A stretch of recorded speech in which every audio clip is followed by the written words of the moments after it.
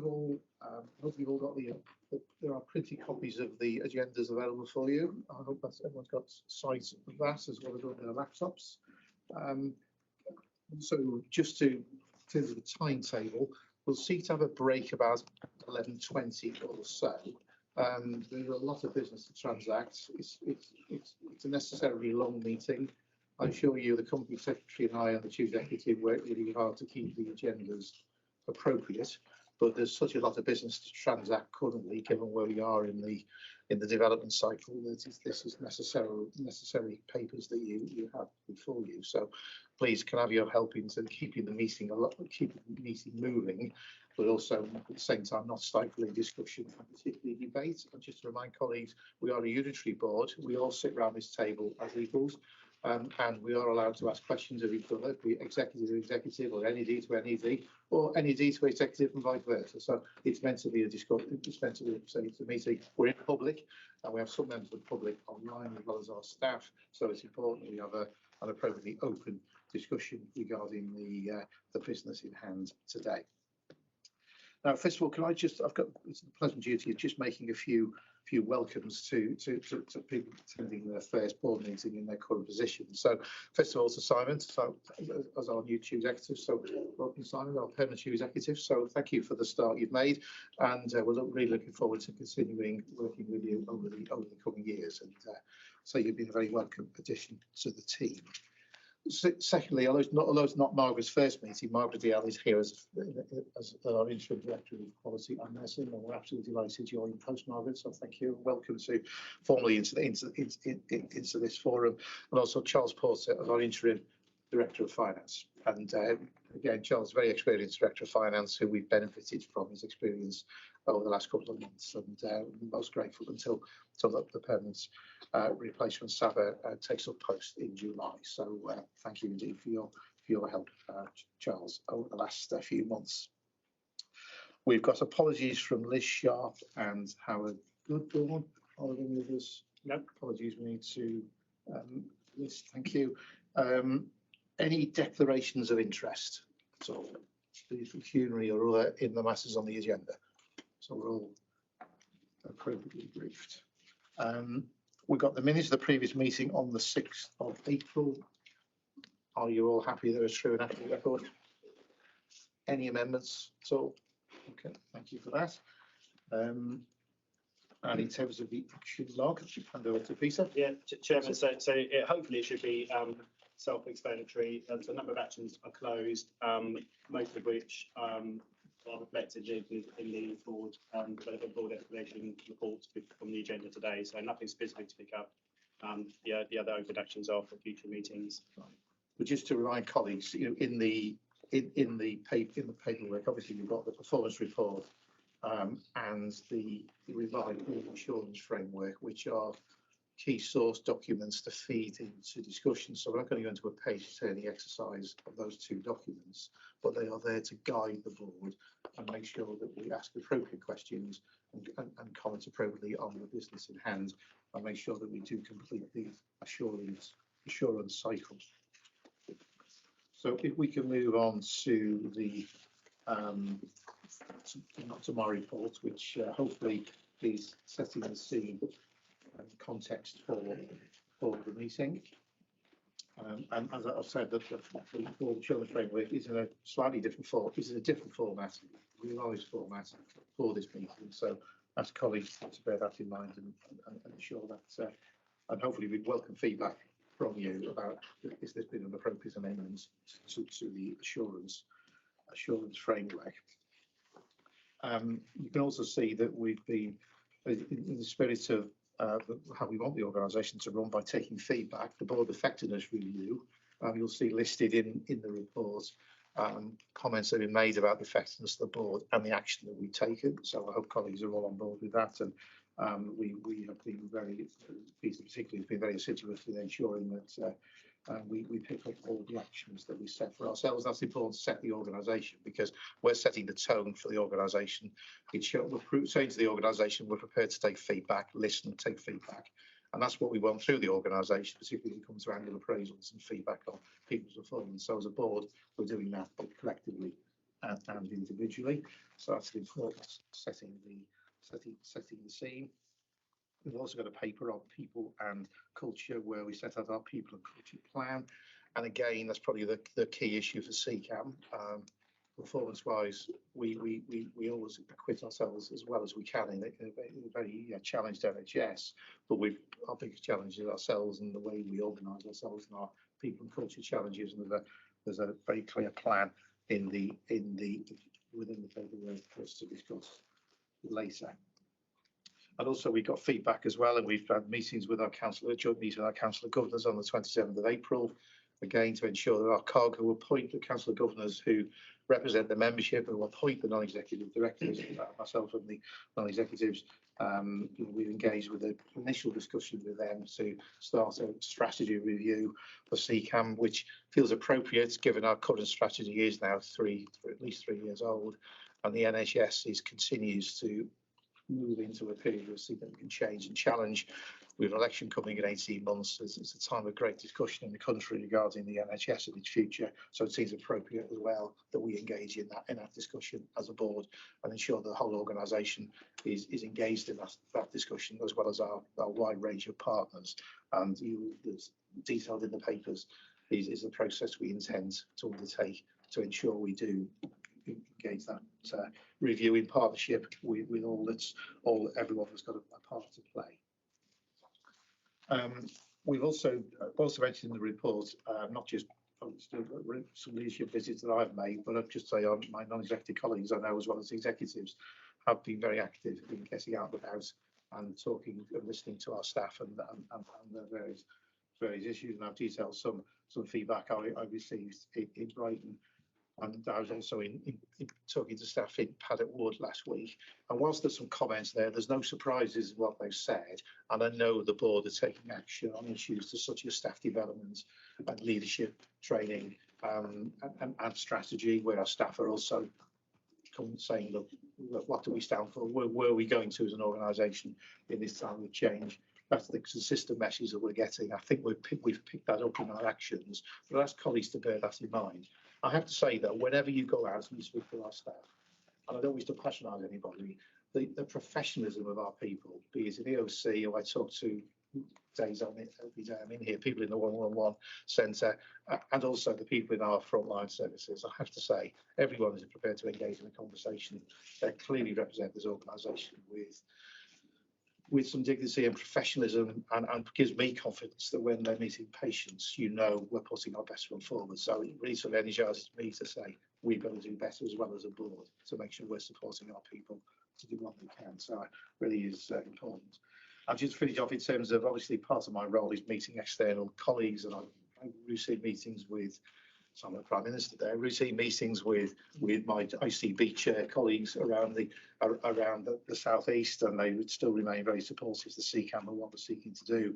I was also at a gathering in London with some other NHS chairs, private meeting with the chair of NHS England, Richard Mettings, and very useful discussion to get his perspective on what was happening nationally, but also a chance to sort of give him some direct feedback on what it feels like from the front line of the NHS. And in fairness, I met him on the 10th of May, and I said, look, you're very welcome to come and visit CCAM anytime your schedule allows. He duly arrived yesterday, which I thought was impressive. And I'm very grateful to Simon, Emma and the team for arranging a very comprehensive visit for him. So the chairman of NHS England was next door in the call centre, listening to calls from he's taken all the appropriate governance. He signed all the appropriate forms. He listened to calls in 111 and 999, and then spent the rest of the day working with the double crew ambulance who work out of Gatwick. So he's had a good. I'm very pleased the organisation's able to give him a good flavour of what's going on in ambulance services, but also in CCAM. So just to be aware of that. And lastly, I've made reference already to the new arrivals to the board. So hopefully that's setting the scene for the meeting. We've got a busy agenda, so let's crack on then with the next items. So Peter, you're going to talk to us through the just very briefly. So in terms of the board committees, annual review in terms of referencing cycle of business for our 4 main committees. Chairman, you've already mentioned the board insurance framework that's been revised in the pack. It includes progress against the in-year priorities and risks to their achievement. It's the first version. The board would have received it in this format, so it will be over the next period work in progress. So obviously all feedback, as always, were very welcome. And that ongoing work in progress will include the sort of longer term risks. And I think, as I said in the cover paper, we have the board has as part of its board development programme in July, the follow up to the introduction had in April on the risk appetite that was facilitated by NHS providers. So that should help to inform the next version that comes in August. Obviously, the overall aim is to help shape the focus of the board and its committees, as is reflected in the updated annual plans for the 4 committees that are in the pack. So you'll see that there's alignment now to the in-year priorities that the board agreed in April. So those annual plans, along with the terms of reference, are here as part of the board's annual review of its 4 main committees, and it's we're asking for the board's sort of formal approval. Just to confirm with the committee chairs, you've all been involved in the detail of that, and you're all content with the content? Yes, although reading afresh because of the board papers, it does occur to me that in the Quality and Patient Safety Committee terms of reference, it does talk about dignity assurance specifically around cost improvement programs, sort of quite low down, but that doesn't appear on our cycle of business that I can see. And I recognise that, you know, when the Finance Committee have looked at things around efficiencies, and I've asked the question at board about, you know, has there been a quality impact assessment? But given it's in the terms of reference of QPSC, I think in the coming year, given we are going to be making some challenging decisions, I would like QPSC to perhaps have a bit more of a role around where we have cost improvement programmes. It's in our terms of reference. That as chair of that committee, I would like to see more of that visibility at that committee, please. Thank you. And the board will want that assurance as well, and I think as well as the organisation and our external stakeholders. So I think we can have those amended to that effect. So thank you. Otherwise, are you content to accept the terms of reference? Yes. The board, thank you. The board committee, the board committee, assuming executives also content with that content. Peter, have you anything else we need to No, that's it. Thank you. Moving on then to the next item, which is the Audit and Risk Committee report. Again, important report to help set the scene for this meeting.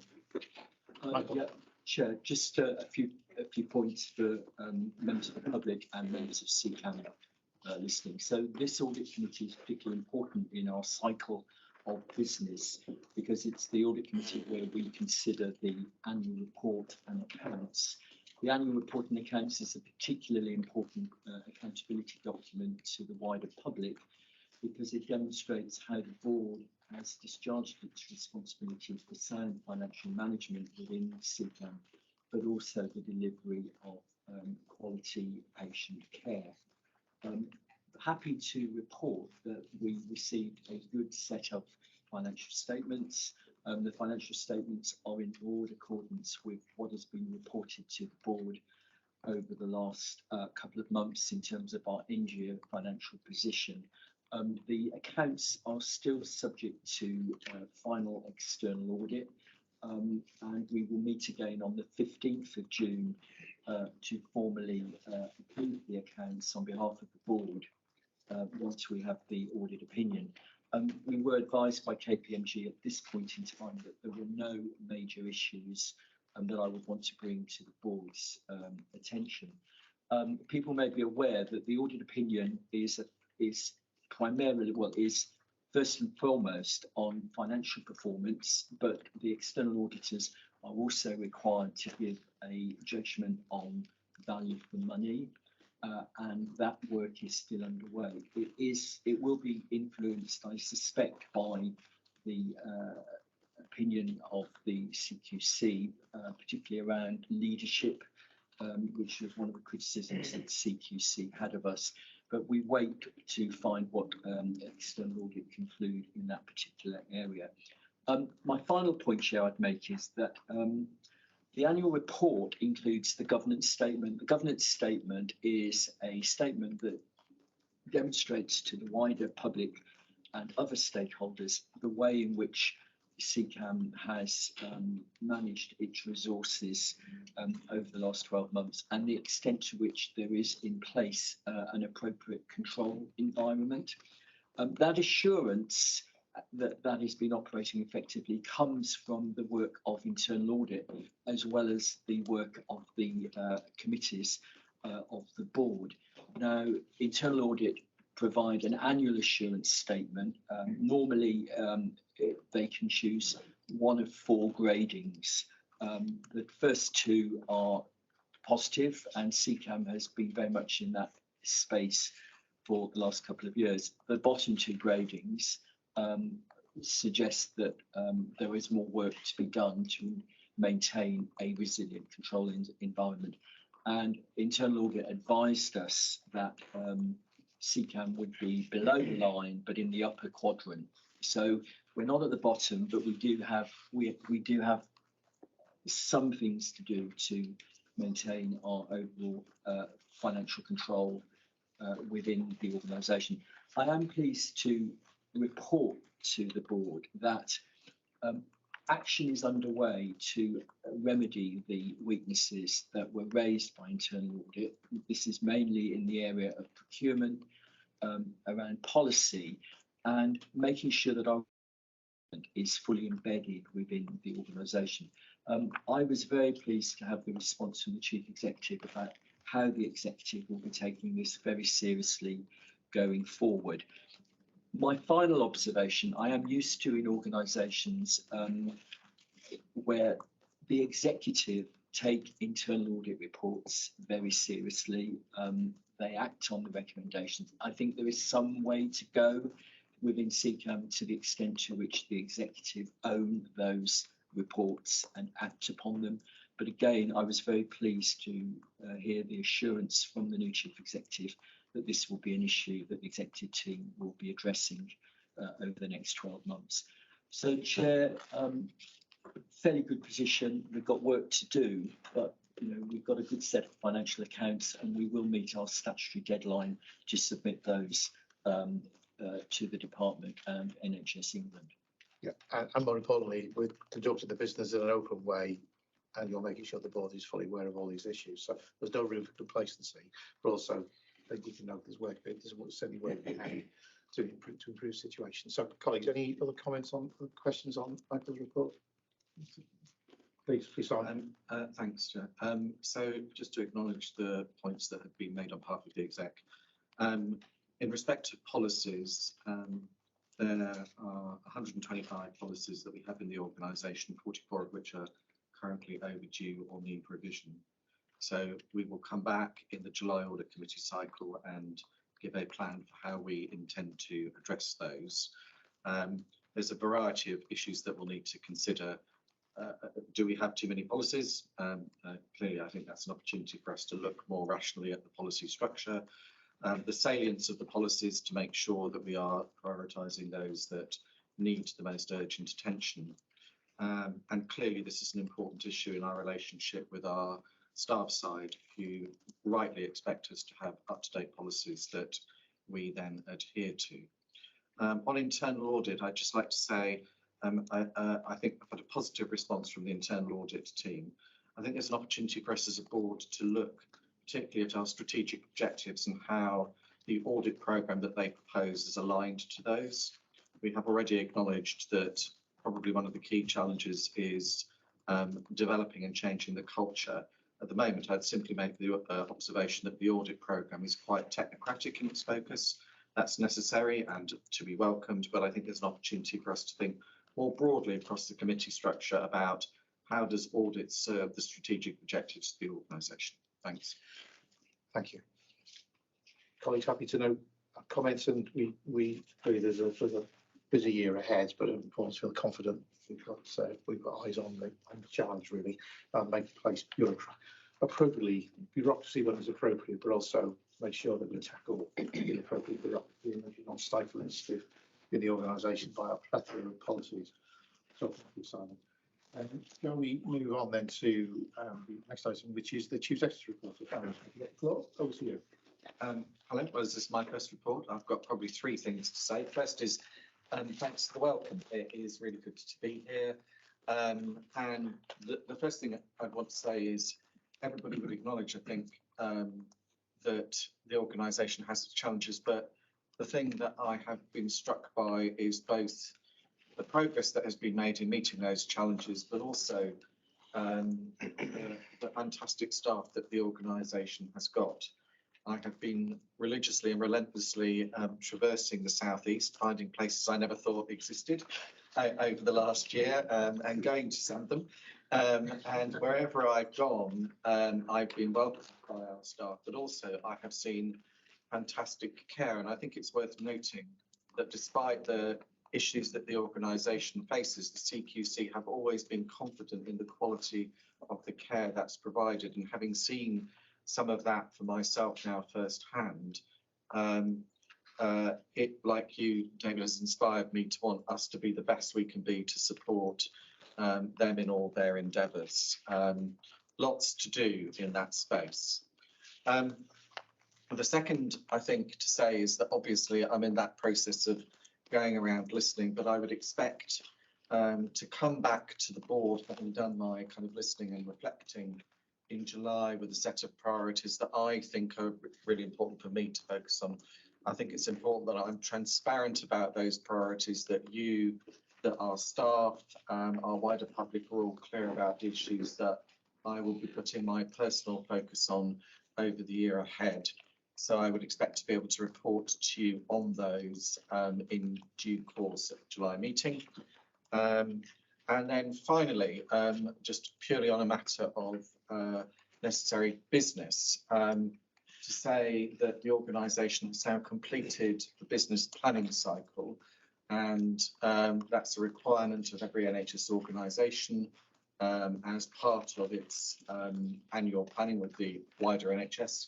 We submitted our operational plan. That operational plan has been accepted by NHS England, and indeed we've received feedback that our plan is regarded as robust and of good quality, which was pleasing to note. So I just wanted to take the opportunity to thank the team for all the work that they did to get us to that place.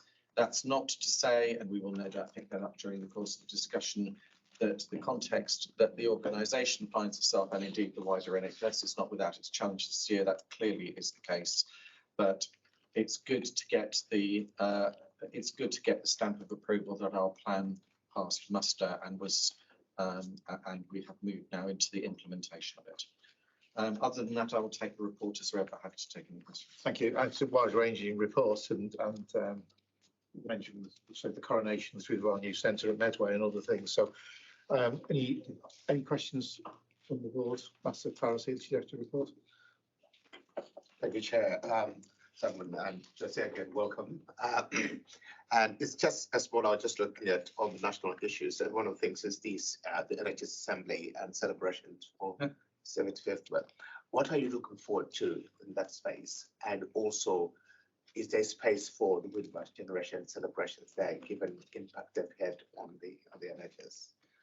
Thanks, Chris. For sure. So on the NHS 75th, we actually held an all-hands video conference to invite contributions from across the organisation, because we were asked as the NHS to think, what would we like to celebrate? What do we think the challenges are, and what would we like to see from the NHS going forward? And we, along with many other organisations, made a submission on that. I think it will not surprise the board to learn that people were very thoughtful and reflective in the organisation about both the things that we should be rightfully proud of. In other words, there's still a passionate loyalty to the NHS and what it stands for, and all those who have contributed to, including the Windrush generation, who have contributed to make the NHS what it is today. I think it would be fair to say too, there is a degree of concern amongst our staff that the NHS is facing some quite existential challenges, and those were reflected in the comments that we had. We're going to have to really fight to make sure that the NHS is protected, and a thoughtful recognition too that it's not just a health service debate.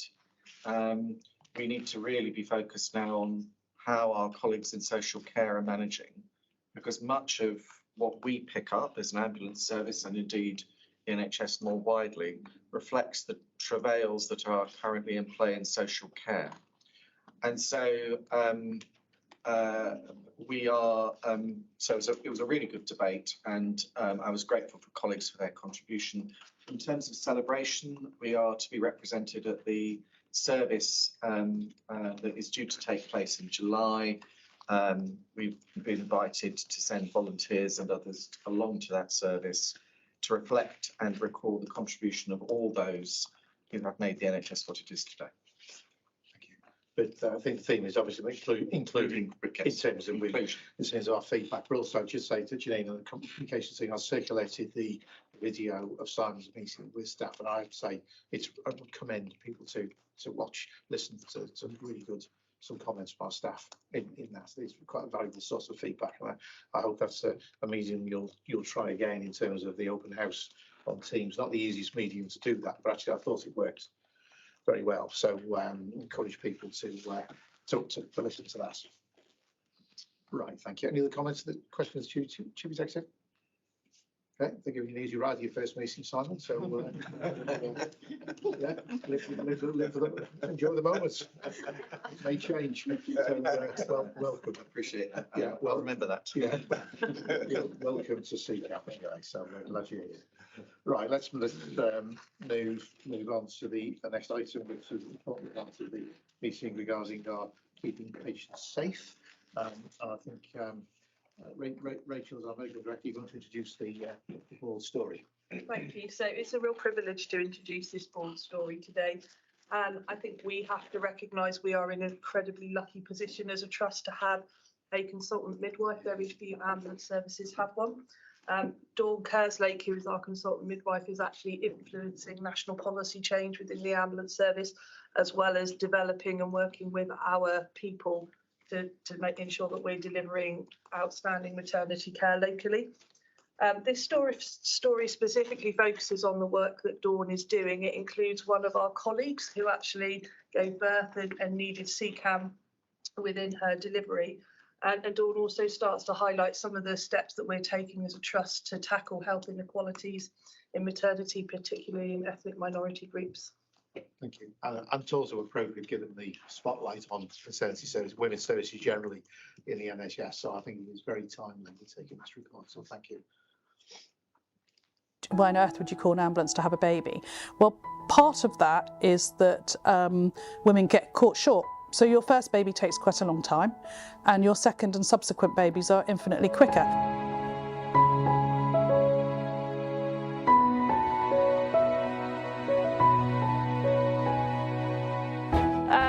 Well, I got up like any other Sunday.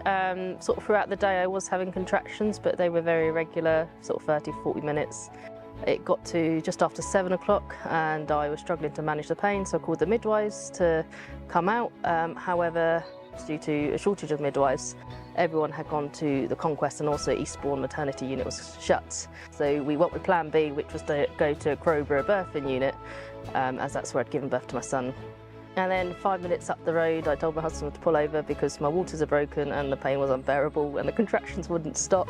I got out the car, felt her crowning, told my husband she's coming. He was already on the phone to the ambulance by this point, and by the time he got round the car, her head was already out, and then another push and she was born. There's two professions that deliver babies. That's midwives and pre-hospital ambulance clinicians. And yet midwives do a 3-year degree and deliver 40 babies before they're even signed off. Pre-hospital clinicians, some of them don't get anything in their university training. They don't even get half a day. And yet we throw them out there to help us or assist women with the most challenging times sometimes. And some of those things aren't just normal births, they're obstetric emergencies. The riskiest stage for the mum is that third stage labour with the placenta and the risk of bleeding and everything. So I was quite sort of anxious that I'd have a retained placenta. That's what nearly happened with my first. And also I didn't really want to give birth to the placenta on the side of the road, because that's even worse than giving birth to a baby. And I must have waited about 20 minutes and I could feel the contractions start again, and there was no sign of the ambulance, so I got back out the car whilst holding my daughter, and the placenta luckily came out with no issues. and then sat back in the car and waited even longer, thinking it'd be here in a minute. After about 40 minutes, I think it was, there was still no sign, and that's when we were told on the phone that there is no ambulances to send. I guess I was very disappointed at that point because I didn't want to go anywhere. And so in the end, we drove the 5 minutes back home, as it was probably better than staying on the side of the road for waiting for who knows how long. And that's what we did. I did discuss with Dawn, who sort of went through it and explained how the NHS Pathways works and how it was initially a Category 1 call, but however, when you say the baby's crying and everything, it goes down to Category 3. I did find out it did later get upgraded back up to a Category 2 by the clinical desk, but that still didn't get me an ambulance. So sometimes some of our EOC colleagues deal with the most harrowing calls, the most traumatic calls, and they never get to know what happened next.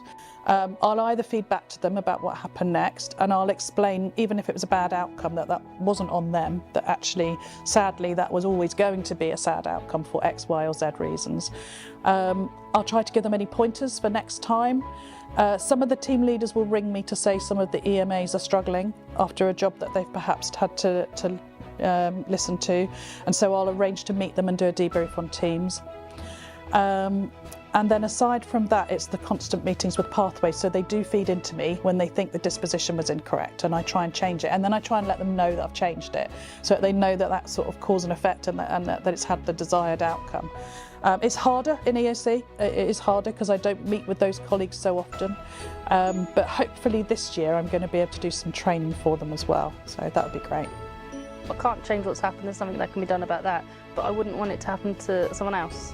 Especially, I think I do have the medical knowledge, and if something had gone wrong, I think I would know what I could have done, whereas other people don't and may have panicked more or just really may have just taken advice and done the wrong thing, and I just don't want this happening to other people as well.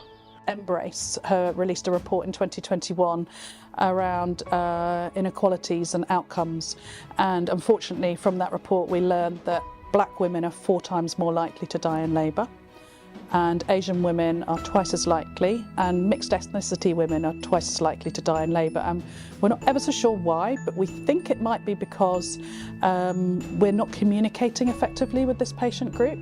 So if you go into a woman in certain cultures and you ask them if they've had any vaginal bleeding in the last 24 hours, and you ask via a partner, that might not be what's translated to her because culturally they don't discuss things like that. So it's about me going out to the crews and delivering the message that I would like you to speak to the woman herself, and I'd like you to use a translation app, because that way we know that we're getting the answer that we need or want. So hopefully delivering national sort of messages like that is also helping us to keep up with the rest of the NHS. Giving birth on the side of the road, I felt very vulnerable. I wasn't wearing any clothes, I was just wrapped in towels.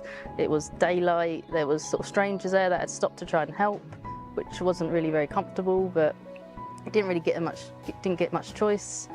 And I think we're very fortunate that actually there were no complications and everything was fine, because had there been, things can go downhill very quickly with maternity, and I worry that, had there been, we wouldn't have got that help, and it'd be a very different story to today.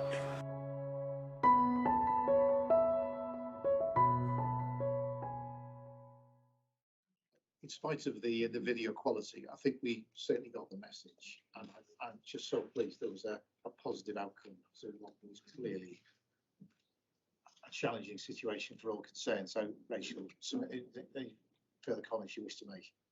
No, I think we are, one of our annual sort of priorities as a clinical team this year is to focus on maternity. We have got some funding coming from the Ockenden that CCAM are internally providing, as we weren't able to access any local system funds.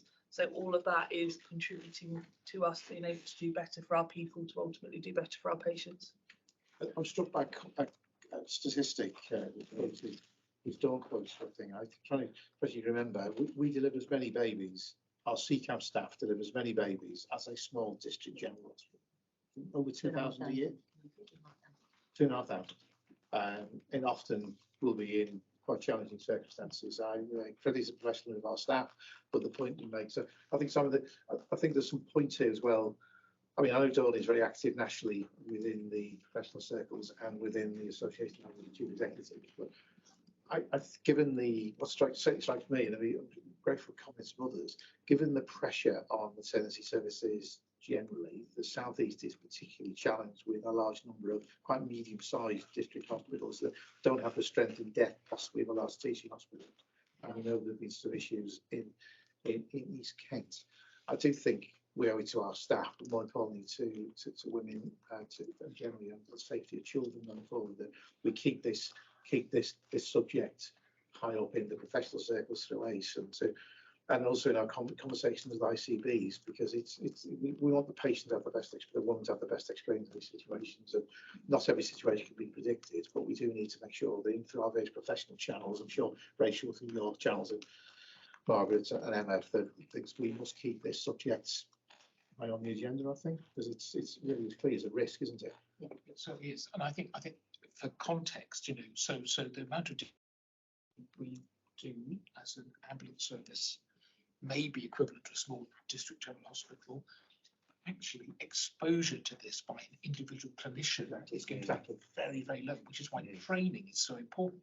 I just want to pick up on the Ockenden monies. So I was really disappointed that we didn't get, as part of the system, what I would call the fair share of the Ockenden monies, given the risk to women and babies and the volume that we see. And I'm just wondering, have the executive pushed back on that? Is there ongoing discussion about that? Because I don't think it's right, personally, that ambulance service isn't receiving part of that funding. So just to come back on that, we asked some of our colleagues in other ambulance trusts, and the whole ambulance sector seemed to have been forgotten about when it came to allocating Ockenden money. Martin Sheldon, when he was here as CFO, he approached the system to say, look, we should be getting a proportion of this with the statistics that we quoted around the numbers of delivery that we're doing, the exposure that our staff are getting, and the fact that there is learning for the ambulance service within Ockenden, and no money was forthcoming from the system. So I think it was registrar, means our disappointments to that. So I think it's only right, because the risk we're taking there, and also for the sake of the women, because they're the ones we know about in terms of the ones that call the ambulance service. There are many instances of women, for a variety of circumstances, giving birth in lay-bys and other things in private cars. And so it's not just, this is what we know about as an ambulance service. So it is an issue. So I think that's something we just need to register. And I think through our professional channels, make sure that our voice is heard. So, just to respond, I'm going to be taking this. Personally, I just want to pay tribute to the work that Dawn leads across the trust. Absolutely. I mean, and I'm sure we would all want to convey our thanks and gratitude to the work she does. And I think it represents a really important point that we have a huge amount of specialist expertise available to us in this trust. As I think colleagues know, one of the key priorities that I'm going to be working with the exec team on and with the board is developing our strategy for the future of the organisation. And I think one of the things, bluntly, that we will need to have a conversation with commissioners about, to answer your point, Tom, is if you value this sort of service, you're going to have to invest in it. And I think this is a really important point to highlight, not just for the quality of the care that we do, but also for the services that we will seek to provide in the future. And so rest assured, I will be taking this forward into those conversations, because there's a slight risk that people end up having an ambulance service on the cheap where more and more work is done and the complexity of that work isn't recognised. Now, the onus is on us to make the case for that complexity and show what we can do. But then, as a adult-to-adult conversation with our commissioners, we need to start challenging what you are paying for and what we are delivering, and the gap between those two things, so that we adequately fund the services that we provide. Yeah, or we stop doing something when everyone's knowledge. Chris. Thank you, Chair. Just Rachel, can take you to the point that you mentioned about trying to address health inequalities. I mean, given the embrace data, which is really quite appalling. I mean, what sort of measures have you taken in order to address that? I know, Dawn, you talk about the, using interpreters or using an app for that. Now, do you think that's adequate to address some of those issues? No, I think that's just one point she was making as to something that we are doing and highlighting one area. on all the training courses that Dawn delivers to staff, we have a specific section on sort of ethnic minorities and some of the complications they may have. We've invested in equipment that, you know, very traditionally when you're doing simulation, all of the equipment that you use generally tends to be sort of white Caucasian. So we've actually gone and invested in a black mannequin that actually when people come into the room, it automatically starts that conversation. I've never seen this, and prompts some of those conversations. So we are actually leading the way with some of the work that we are doing within our training sessions compared to other ambulance trusts around ethnic minorities. Yeah. Tom? So this is a patient story on the board agenda. Can we thank Coral for being, you know, because I was so impressed by the approach she took. She's one of ours, and we didn't do well by her. So I just think, you know, as the board, we should say we wish her and her family well. Yeah, thank you. I was going to make that point. Thank you, Thomas. Really appropriate. Subo? Thanks, Chair. Thanks very much, Troy. It was really interesting video. Just to build on Chris's point, so a lot of the research shows that Black and Asian people, in terms of pain management, you know, that we don't recognise their pain, that we actually tend to downgrade it and underestimate it. And so there is something here about wider our organisation's approach to health inequalities. Now, I know we've been talking about that in the organisation for some time, and we were promised a health inequality strategy or some kind of approach where we would look at this across the piece. And I know you've got somebody in your team who is looking at that in particular. Can you give us an update about where it might have got, or what are the plans to look at this more broadly? Because it won't just apply to maternity care, it'll apply to a whole host of other conditions that we see. So, honest answer, I can't at the moment. I know that Julie Ormerod sits on the National Ambulance Group and links in with the Inequalities Group, but I haven't yet unpicked that since I've been here in terms of where we are in CCAM with it. So I can happily provide an update, but I don't know. Thank you. I think, Margaret, do you want to add? No, not to that point. So Okay, well, just on that point, yes, you're right. Thank you for the answer. I think we will make sure that's raised on the agenda. I know the ambulance service nationally has launched work on equity policies, or as a sector, the ambulance service is very active and has produced something recently in terms of a report, if I'm correct. But I do think in terms of our action CCAM, I do think we need to up our game in that area. So I think thank you for raising that. We'll bring a report, ask Rachel to bring a report back to the next board meeting on timescale. Thank you. Margaret. So, Chair, just in relation to keeping this discussion going with the ICB and other partners, I just want to make that link that we have got the training in maternity as part of the quality accounts, but also as a sequin this year. Yeah, thank you. Sorry, Jane. I just wanted to close the loop on the story because the end got missed off a little. Just to say that one of the, I think, positive learnings out of this was through Dawn's interaction, the pathways code that went through EOC was changed as a result, because actually our EOC colleagues had followed the correct pathway with what they were presented with. Obviously, we recognise that was not appropriate in this case, but through Dawn's work and through Coral's feedback and others, Dawn also carries out that role, Rachel, doesn't she, in feeding back nationally to say, actually, this bit needs changing because this is what happens. So actually for Coral, who and I echo Tom's points, you know, we were very grateful to her coming forward. She's also felt that her concerns as a patient were listened to and as a member of staff, and there's been a positive outcome for her. That's a really good point to conclude this discussion on. So we know that, and we will send our best wishes to Coral and our thanks for contributing in the public meeting. Obviously, what was a challenging experience, and also sharing what something should be a family matter, sharing it with a wider audience. So we're very grateful for that. I think we've also heard that we have a process. Sorry, can I just finish on the summary? I will come back to you. We've got a process in place with the chief executive will lead in terms of with our medical director and director of quality and nursing, with national bodies in terms of ensuring the ambulance sector has the right information, and we support Dawn in her work. We will put on the agenda with the ICB. I assume that also our risk registers reflect the risk to our staff and to patients of matters of maternity, unplanned deliveries. We've got that very much in our eye line. is in the quality, in the quality accounts. Again, we know that. We know we're also in conversation with the ICB. So I think that's important. We've got action, and particularly the inequalities issue. I should say like a bit of energy puts into that, because quite frankly, the evidence is very stark there. We know that. It's been known for some time. Let's be seen that we've acted on it. So I think that was the summary of the discussion. I'll take a final point from Michael. Sorry, Chair. It's just a more systemic point. So, Rachel, in responding to the Chief Executive's point about making the case if we need to the ICB, are you confident that we have the underlying information that we need? So, for example, the overall resilience of CCAM, the number of paramedics who've undertaken the appropriate training, how often they take it. Are you confident that that data set exists and that we can use that effectively? So the data set exists on the numbers who have gone through training. Yes. What is disappointing is that it's still a very low number and we need to do better. Okay. So I'd say good discussion. I think it's important as well we take these patient stories when things haven't gone completely to plan and there's learning from them. It's important to demonstrate to the public we are really looking hard at our services, but also commend the story.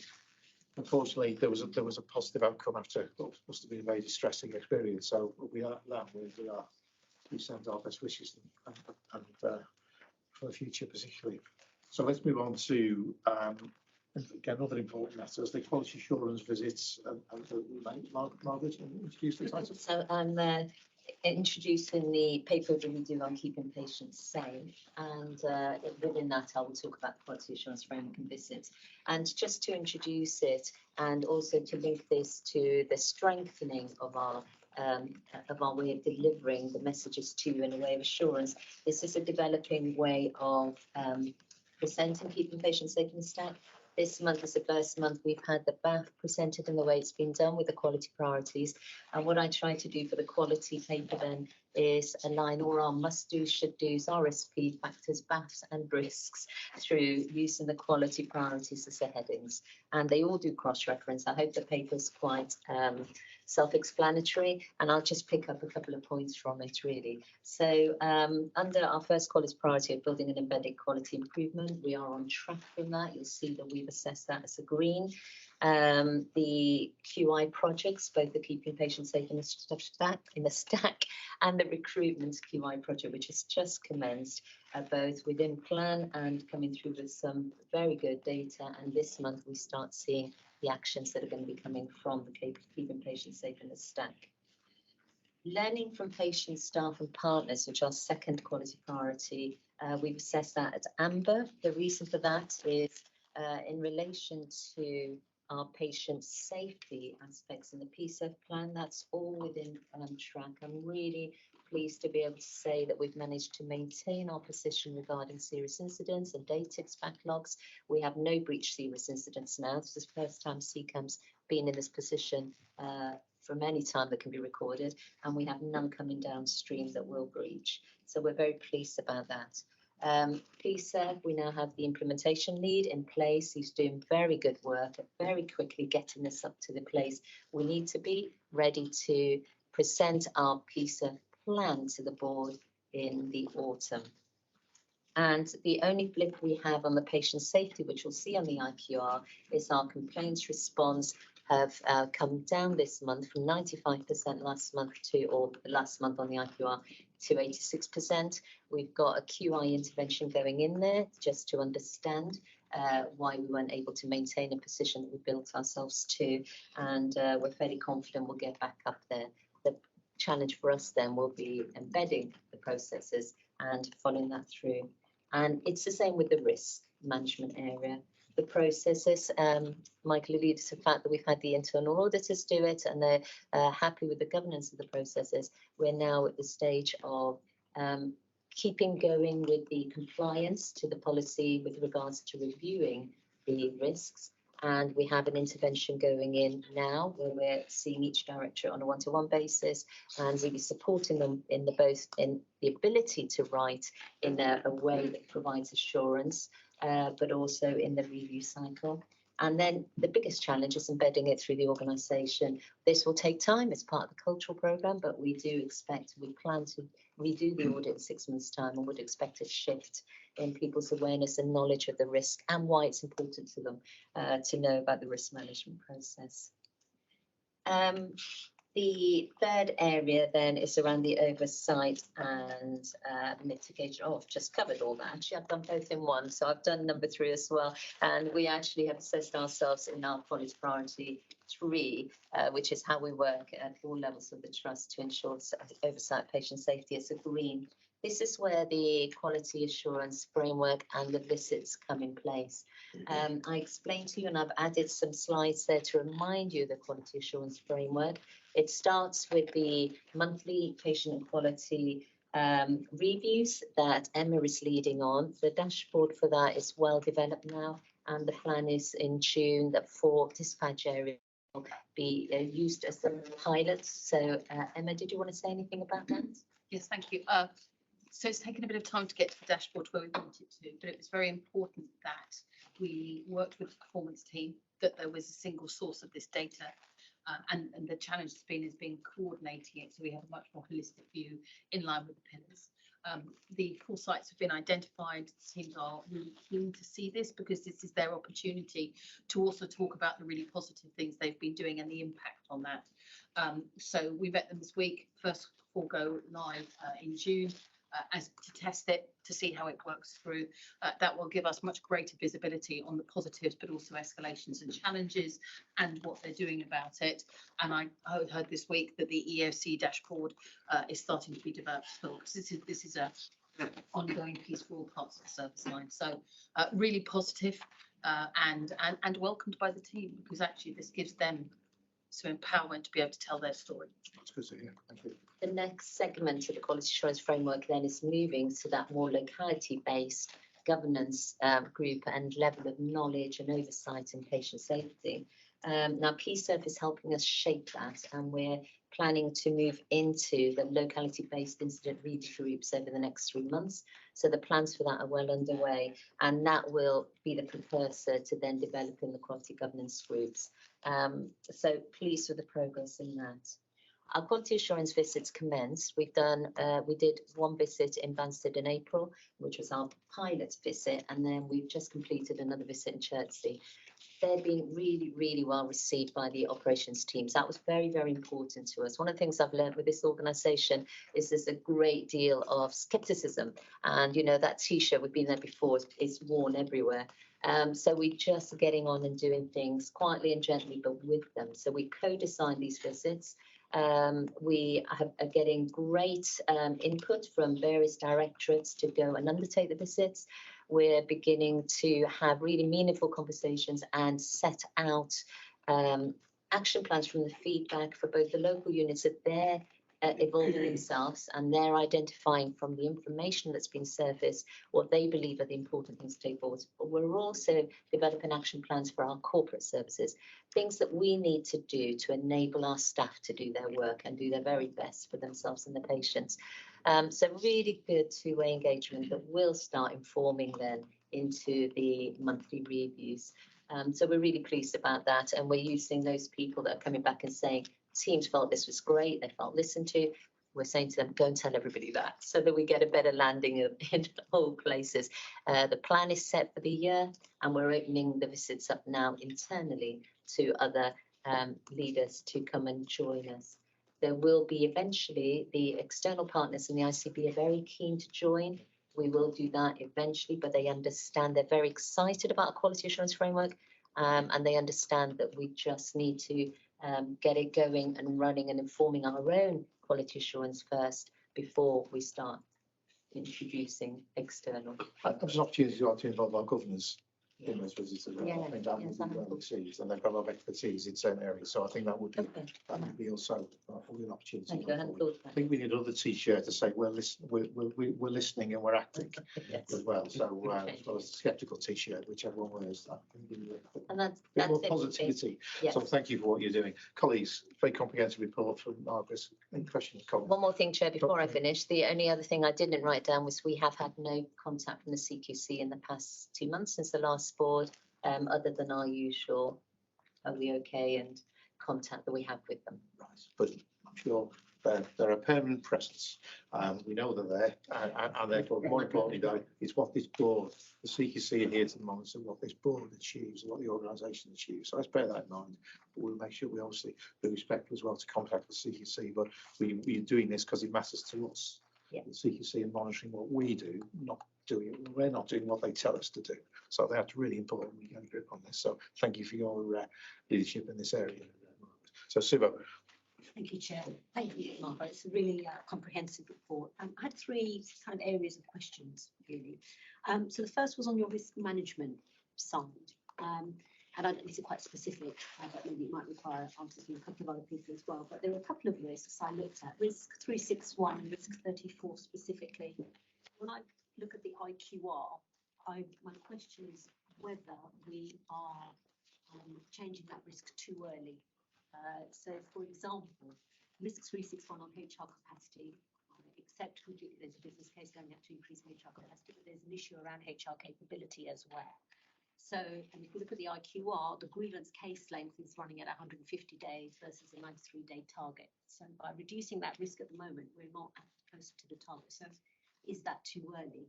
Similarly, on risk 34, the medicines management additional staffing, I note in the IQR the stock availability has gone up, but the costs of medicines have increased as well, haven't they, about 31%. But it's dropped in May, and so I ask, are we looking at the impact of that and trying to downgrade that risk again too early? That's one question. I'll ask them one and can answer them hopefully. And then my colleagues to help answer too. Absolutely. My second question was, and I'm very pleased to hear about the granularity of going down to the level for the data. We waited a long time for that, so that's terrific that we're going to get to that level of detail. And you've reassured me on one aspect, which is that the corporate departments are also going to have that level of detail. So my next question is, and you're talking about it from a quality assurance perspective, my next question would be, does that feed into departmental objectives, personal appraisals? The golden thread is going to run through, because that would be the natural place to go if we're going to get to meaningful autonomy to the units. And then my third question is around FTSE. So in the QI part of your report, there's some references there to learning reviews. Now, my understanding is that the learning reviews are still not happening in the way that they should be, and we haven't got any reporting from any of them because they're not happening in the way they should be around the theme, so that the organisation can learn and move forward. And my feeling is we're still very much in a blame space where people are still feeling that the detriment for them reporting is really quite high and very negative. So we're not moving to that learning space. So is that going to happen under our QI process, and we're going to start seeing the themes emerging from these things? Yeah. I need you to repeat some of that just to make sure we get this. Sorry, Margaret. You pick up all the detail of your questions, which was good, and they were triangulated as well, which was also a good example of how we want questions to be phrased. So, Margaret, question. So I'm going to start backwards. So I'm going to start with QI, and then I'll ask Rachel to pick up the medicines management, and Ali, I think the other one was around the HR one. So we'll share this one. So regarding, and I'm looking at Emma now for the answer to your first one, because we're doing this very much jointly. So regarding the learning reviews, you're absolutely right. We're still not in a space whereby the learning reviews can take place in a way that people are engaged and wanting to do it, wanting to get the learning from it so that it's authentic. Now, we're dealing with that on a kind of one-by-one basis at the moment, which is as we're coming up to that where FTSE is seen as such a catalyst that it turns people's backs rather than enables learning. We're coming in on those little groups on a one-to-one basis to try and understand where that's coming from. But more systematically, Emma and I have met with Kim, and we have a planned session day in September. In fact, we're repeating it twice to ensure we capture everybody, whereby we're going to be undertaking some exercises to get the principles being that we get an understanding shared across from the FTSE team, but across key stakeholders in the operations management leadership team, middle management team, and senior leadership team on what FTSE is, why it's important, why speaking up, more on speaking up actually. FTSE is one of the tools, but why speaking up is important. And why then extracting learning from it on a wider scale, not in that case, although that's important to those individuals, but on a wider scale, why that is critical for us as a learning organisation. We know that we don't have a strong learning foundation in the organisation for whatever reasons. And again, it's one of the priorities of the year that we get the focus of that. And we will need somebody that is focused in that space. And we already have, Steve and I were talking about this yesterday, but we already have ideas on how that will occur over the next months. This will hook into that, but we're going to get going. And of course, it's important with FTSE that we do that quickly. So we do know the themes. We need the reviews. We have a 30% roughly rate of the cases that are in relation to detriment. So they fear detriment by raising the cases. So yesterday, Kim and I met, and I'm still to meet with Emma to discuss our way forward with that. But we will be setting up a small group of us that look at each one of those cases. And we need to work out the so what, because it's okay looking at the cases of the fear of detriment, but then what are we going to do about it? And what are we going to do about that aligned to what's happening with the culture programme, but we're going to have to do it with pace, because it doesn't feel right that 30% of all the cases come to FTSE that people fear for themselves by raising the cases. That's very uncomfortable. So it is work in process. We're very much aware of it. The dashboard is showing us that that fear of detriment has increased a bit in the last 3 months. So that's interesting in itself. You do expect those kind of measures to rise and look worse as people are talking more about it. But we need to understand if that's the truth. You know, is it that we are talking about it more, so therefore people are expressing it more? Or is it that we've got a culture that's actually feeling more constrained? So it is all work under progress, Subo. It's going to take a fair bit to do. The important thing is that we're completely aligned to do it and to make a difference. And of course, that means in our day-to-day work, we're reiterating those kind of messages. That, again, is important. Some really important feedback there. Can we make sure, though, there's a timescale put around that? Yes, and we have time. Pleased by the people committee, you know, because this is one we do need to make progress on, because what's myth, what's reality? We can't have staff feeling detriment for speaking up, and that's one of the key things around our I can set those on a timeline and bring it to the people. Cultural challenges we have to do that, and we've got to set the way. And it's so pleasing to hear, though, how triangulated back to operating units and corporate departments. Yeah. Because again, we need to flush this out, and we need to be holding people to account. So that's really important. So thank you for that approach. And then I'll ask Rachel to pick up the medicines management question. Thank you. So we actually had a meeting last week, myself, Emma and Margaret, with Chief Pharmacist and a couple of other key personnel involved in some of the risks on the risk register, and we went through each one in turn.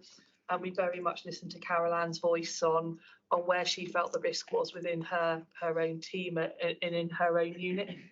And specifically to 34, we acknowledge that May was a difficult month for several reasons. The number of bank holidays, that does put an additional strain on the packing team to have a number of pouches to cover those sort of down days.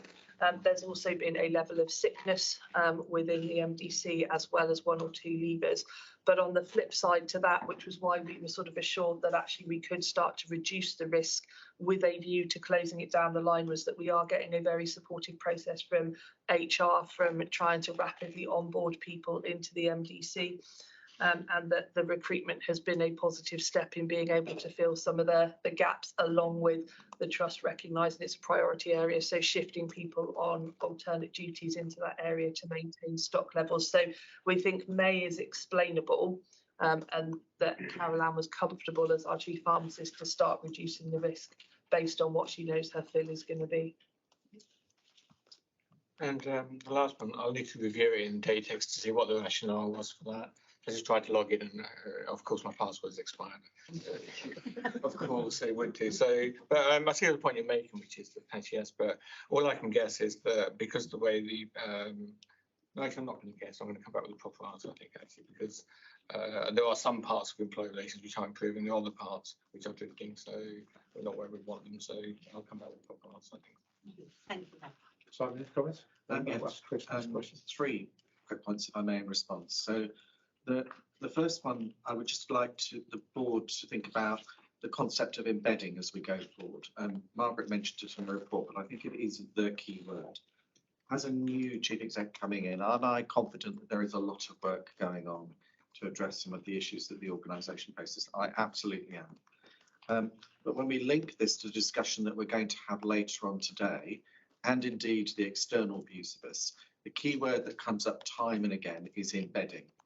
And how will we judge collectively as a board that something has been embedded? I'm not asking for any answers. I'm just posing a rhetorical question and inviting everybody to think about that through the context of the issues that have been raised. 3 quick strategic points on freedom to speak up. Just to reassure everybody, I have already engaged with Kim, and I think one of the key things that I can do as a new person coming in is to show that freedom to speak up matters to me, and I give that personal assurance that I will do that. On medicines management, the strategic issue that I think we're grappling with here, I visited Paddock Wood and I went to see the facilities for myself, is less for me the concern around the variation in performance and more, have we got a strategically fit for purpose facility? And I would expect the board and the board committees to be picking up that. We have work ongoing, which is shortly to report on that. And I think there will be some challenging discussions that we need to have, because I think to get into a good place on that is not going to be a straightforward matter. For those of you who have been to Paddock Wood, I'm sure you'll know what I'm talking about, but it's a very challenging environment for staff to work in for a lot of reasons, and that's the key goal for me. On the HR point, I think I'd like us to frame that through, are we confident that the people and culture plan is delivering? And again, we've got a plan now, but I would invite us to consider, are we confident that that plan is now fit for purpose and really will embed to make the changes? I'd make a broader point. It is obviously led by HR, but it clearly has resonance in how we start to work with our OUMs and our OUs, operational managers, so that they feel empowered to do this job. So lens through HR, I just would invite us to think about there's a broader set of challenges that the whole organisation needs to embrace. Thanks. Well said. Thank you. Chris, do you wanted to come in? It's all right. I think somebody's covered what I wanted to cover on everybody bedding. Thank you. Yeah, Michael? Yeah, all this is really good work, but I really want to build on something that the Chief Executive said about embedding. So I can't remember when it was. Was it 18 months ago? We had the issue around project, the CARP episode that was in Thanet, where 2 paramedics were inclusion, and the evidence suggests that medicines didn't go to where they should have gone. Now, when I went to Thanet and I did a local visit there and talking to people, what they said to me was that they felt the messages that come out of that, particularly around medicine management, everything, were now captured by the training that people were receiving. They were less complimentary, though, on whether they had seen the report, whether the report had appropriate discussion and dialogue and lessons learned across the trust. And I just wanted to, I know this is some time ago, but it was something that came to the audit committee. We had an independent review, but it's gone very quiet. So I don't know, have we really learned the lessons? Have the lessons been embedded? So Chair, Rachel and I nodding, because this is on the agenda for the next quality committee, because the audit committee asked the quality committee to track progress on this, and actually it is on the next agenda. But I don't know, Rachel, whether you wanted to add anything to what you're going to be saying at quality. No, so we are still monitoring Operation CARP, and there are still actions that we are delivering on, and that's why we have kept it on the radar for QPSC. There's still some wider bits that don't link to medicine around how people were accessing data, and all of those are still on the forefront in discussion. And I think it comes back to this loop of sometimes we just do not share back to staff very well when we have changed something, when we have learned from something, when we are doing something different, and that's what Margaret and I are quite committed to do. Just drawing on the Chief Executive, I think this is a good example of where there was an issue. Are we confident that we've embedded the lessons learned? You know, and to me, it should be that you should be able to go to any OU and they're aware of it, and they can turn around and say, this is what we're now doing to prevent it happening again. And, you know, I know that's what we all want to do, but I think we do need to make it happen. And I think it's a good question about how do we know it's happened? Yeah, that's why the board's here, to ask those challenging questions, to make sure that there is a safety net and we do pick these issues up. So it sounds like it is under consideration, it is being discussed. I think the feedback issue you've acknowledged, Rachel, and I think please can have some work to be done on that to make sure that when we have concluded those discussions, that is shared with our colleagues. Yep. So we'll take that as an action. So thank you for that. Well, any other questions of the? It's a general question because obviously we spent a lot of time, during our, in last year in terms of planning, and I think when we've had several conversations around the quality agenda, we move now to, and so the executive happy that we are now working at pace across all these things that we need to do, because we have spent a lot of time. And I'm not suggesting we've got planning blight, but we have spent a lot of time planning. But are we now delivering on this at the pace that we all feel as a board that needs to be happening? I'm only hesitant replying because I feel like I've been working at pace for over a year. I'm just thinking, I don't think I've planned it enough properly. That's usually a criticism to me. I think we know the area. So I'm very confident that the work we've been doing has been around doing our housekeeping, getting our house in order, getting the processes and systems in place. We absolutely know we've got a gap then in how we do the learning. How do we get the messages out in a way? And we're not alone in this. I've been seeking a lot of guidance, especially the last 3 months, from the other ambulance services to see what learning platforms do you have, what kind of frameworks do you use, and they're all kind of up in the air a bit about it. But hence, I think whatever we do, we will be doing as one of the first forerunners, and which itself is quite exciting. So I think when we are with the planning, we're also delivering. So with Operation Carp, we absolutely are progressing every single. So it's not just discussion. There are things being done. But I think that's a good challenge. How do we make sure then across the whole organisation, would we want everybody to be able to go, yeah, Op Carp, that was about this, this and this is what we do about it. I can align to that. So that's our challenge to us then. How do we do that? How do we do that in a systematic way? Because at the moment we have learning going on here, there, but it's all a bit scattergun. And what I believe is we're now in a space where we can actually not just talk about that and acknowledge it, but actually get to a plan. So we can actually go, right, what is it going to look like? How are we going to hang it? What is the resources required to be able to do that? Because we do need, what we don't have is any individuals who just sit and think and look at the space and do the horizon scanning and do the benchmarking. So that's what we're creating now. We have those resources. We have people in the teams. We have an SIT now that this time last year, they were dealing with 56 live cases and 40 of those were unbreached. They now have 16 live cases and unbreached. So there's capacity to actually get on and do that learning. So I'm confident that we're now talking about the right things and focused on the right things, which links to the embedding. How do we keep it going? Because embedding is an ongoing activity. It's not a one-off, is it? So how do we do that in a way that's sustainable? So we are having the right planning now, I think, for sustainability. That's the way I'd respond to that. Oh, thank you for that response, Mark. I think that's a very purposeful response. Any other questions of the report before we sort of sum? Yeah, so I agree with Sue. I think you're a little optimistic on how things are graded.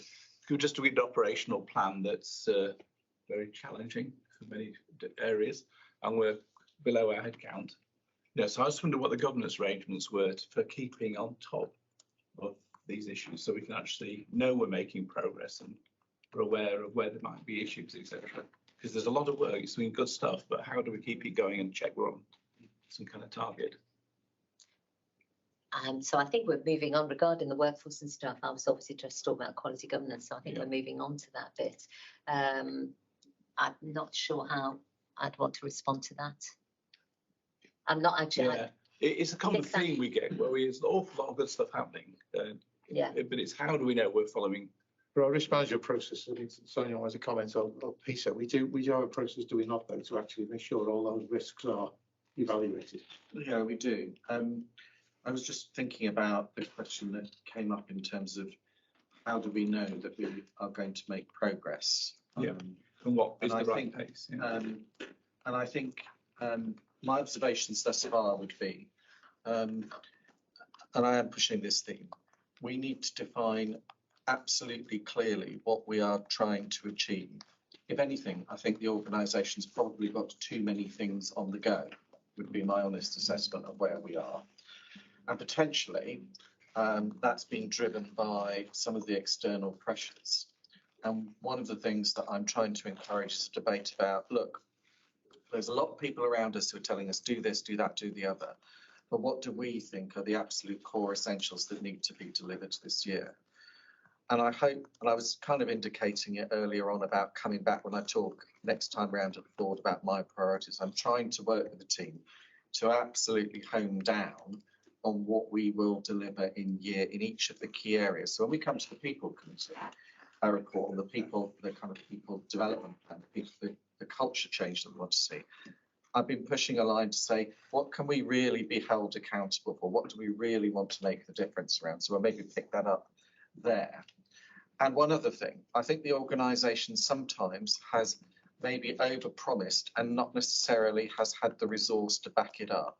So one of the other things I'm trying to lock down on is, do we have the resource to deliver X, Y, and Z? Because sometimes I think I've seen, and it's not just true of CCAM, but I think it is true here, you set off with best intentions, but without necessarily the absolute clarity that you've got the resource to deliver on your promise. The organisation has been commended, and Steve, as our kind of holder of the flame on this in terms of marking progress, has been commended on the development of its approach around risk management. There's no doubt progress has been made on that. Again, what I would pick up here is the embedding word. So when our commissioners looked at the risk management system, and Steve can speak for himself here, I think they would say, Steve, yes, they can see evidence that there is now a system, but how well embedded is it in the organisation, and crucially at all levels of the organisation? Would I be fair in summarising that that's their view? So I think it's a question that's not only for the moment, but the one that we continue to need to ask through committees and at this board. Thank you. If I may, let me just brief summary to that. What I think is a very important discussion and a significant improvement on the discussion we might have had on this subject 12 months ago. So first of all, Margaret, thank you for your report. Thank you for the way in which it's now coming over as an executive report, of which you're acting as obviously lead on, as speaking for, but it's coming across now there's more evidence now of joint up working between all members of the executive team and the organisation. And I think Sue brought out in their questions the focus that's now being developed on operating units and the corporate departments, because quite frankly, the corporate departments got to be held to account as well. It's their input, it's what they do, support our frontline people to ensure we do the best for our patients. So that's going to be important for us. That certainly is the foundations are now being laid. That's important. There clearly is somewhere to link up. Ali can come back with more detailed answers to the issue of the link to culture and cultural change. But I think we've used the words embedded, pace, yes, of course, but I would also add purpose. So let's make sure we deliver what we promise, but we deliver it that it's sustainable and it's there. It's not just something's going to happen in a flash and go. We want to make sure this is embedded. So I think there's progress to be made. There's some positive things to come out in terms of the report, Margaret. I think it also points out areas where we also need to improve as well, particularly complaints handling. Again, important benchmark of how the organisation is taking patient feedback seriously. So are you content? Have I picked up the main issues you as a board want to bring forward on the report item? So right, to conclude this section, Tom, do you want to take us through the report from the Quality and Patient Safety Committee? Yes, we met in April, and you have the escalation report here, and much of it has actually been covered in the discussion we've just been having, because Margaret, that was an excellent paper, Margaret, I'll make sure something.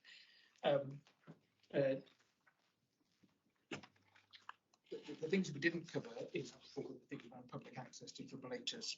Emma was away when we had the meeting, but Emma and I are catching up just for the record to talk in more detail about that issue subsequently. Complaints management. It's always nice to have a positive escalation, because the amount of work that's gone on and that has been delivering for us and for our patients around complaints management one of our vet colleagues actually said, well, why can't we have a positive escalation about this? Or I'll say that, with the QI methodology and the action taken and the focus of the executive, compliance was close to 95%, which is what we are looking for. So congratulations, probably for that. Maternity care we've covered. But I think we just need to say at board, there was, we had several comments about the quality of the papers and things, and we're working with Peter and Simon and his team to try and improve the quality of papers that come so that we can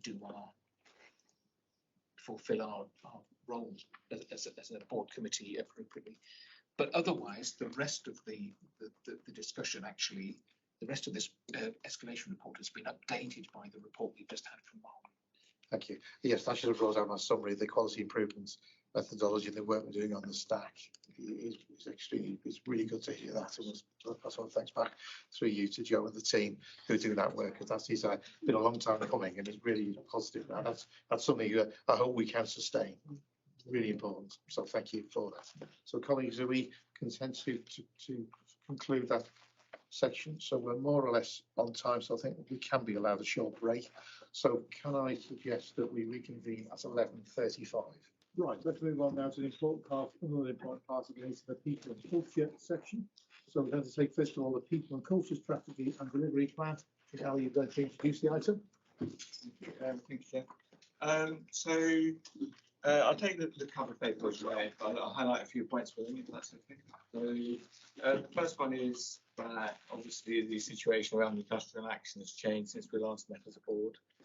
So we've accordingly downgraded the risk. So we were onto this one, so and I think that the risk actually, we agreed that actually was good.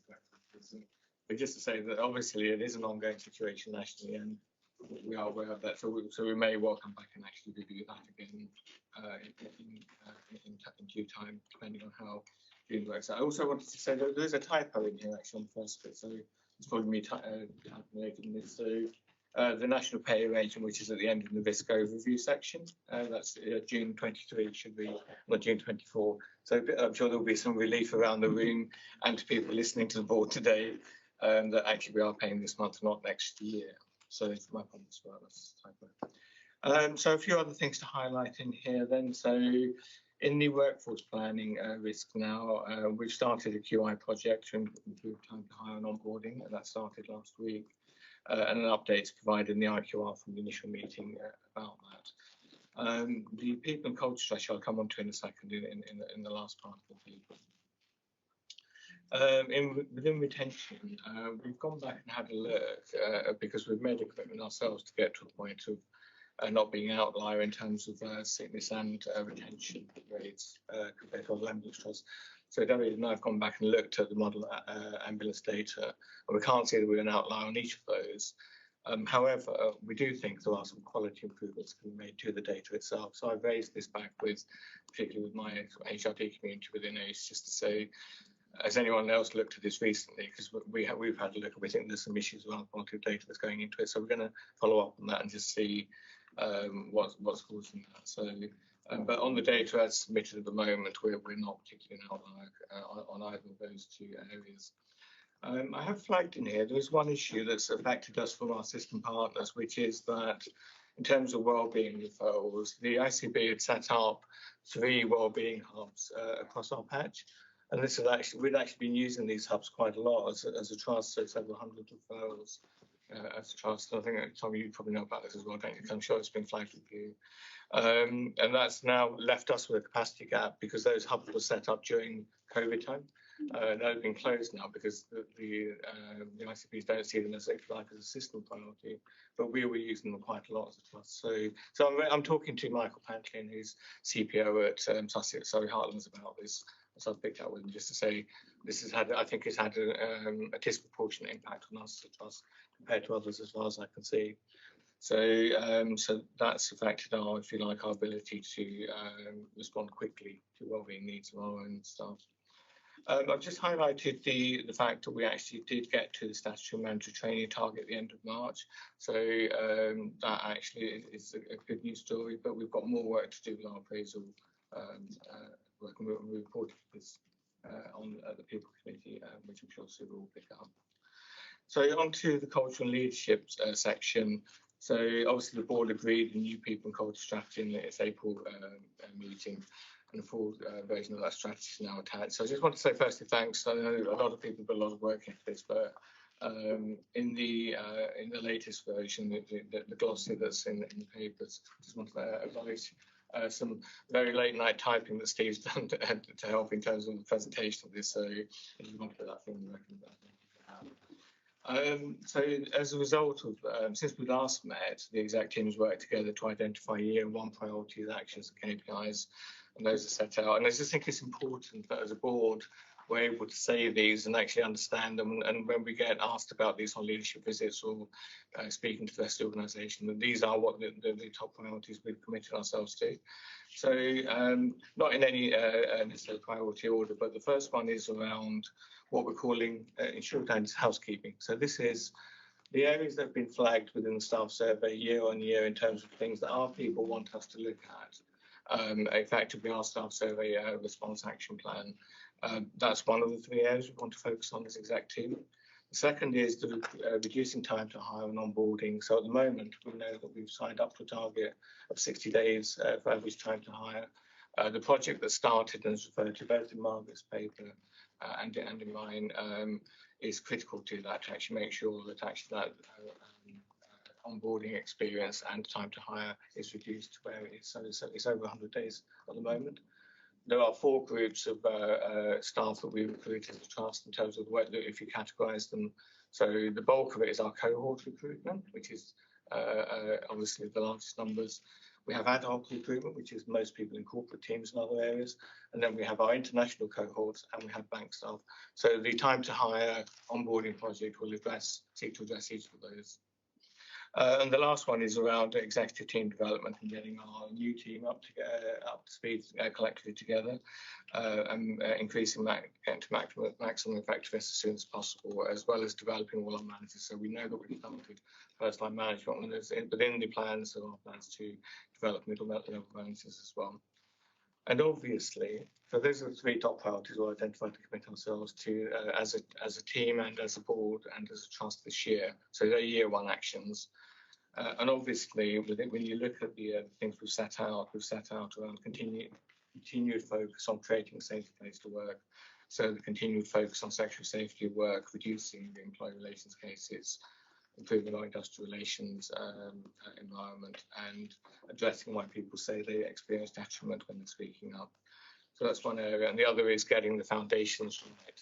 So this is around the things like the one-to-ones, the meal breaks, the late overruns, these basic things that people should have in place. So we're just really focusing on those in terms of like getting our basics right consistently. Just on one of the 3 priorities, I've added an additional comment here, which is around the executive team development programme. So that's been developed under Steve's leadership. And we looked at initial options at AMB a week ago. We also had an initial opportunity to meet some of the potential partner providers yesterday. So we spent some yesterday meeting with 5 potential providers, partner organisations who may be potentials to work with us. As per request of previous boards, I've provided just an update in terms of numbers around sexual misconduct cases. So that's just a standing part of the report. I think that's important to keep the highlight on the fact that we are continuing to focus on it in this area. And the last part I wanted to pick up was what's it gone? Oh yes, okay. Scroll to screen for a second. So just the area around the mediation to improve working relationship with trade unions. So the executive team met with ACAS last Friday to actually work out our assessment of our view in terms of what needed to be addressed, and I'm developing a plan with exec colleagues to set out our next steps on that. So that will, and Simon and I agreed that will be signed by the end of the year. So we'll do that. And oh, sorry, I've got one other point just to raise quickly, if that's okay. And just to say, we've just received the latest quarterly poll survey. So we've just done some analysis on that. So it doesn't show anything particularly different. So just say now, so don't get too excited. It shows either improvements or worsening. It shows a similar kind of picture. So that should be ready for sharing. I plan to take that to our joint leadership team meeting next week. So, so that will keep us somewhat to highlight. Thank you.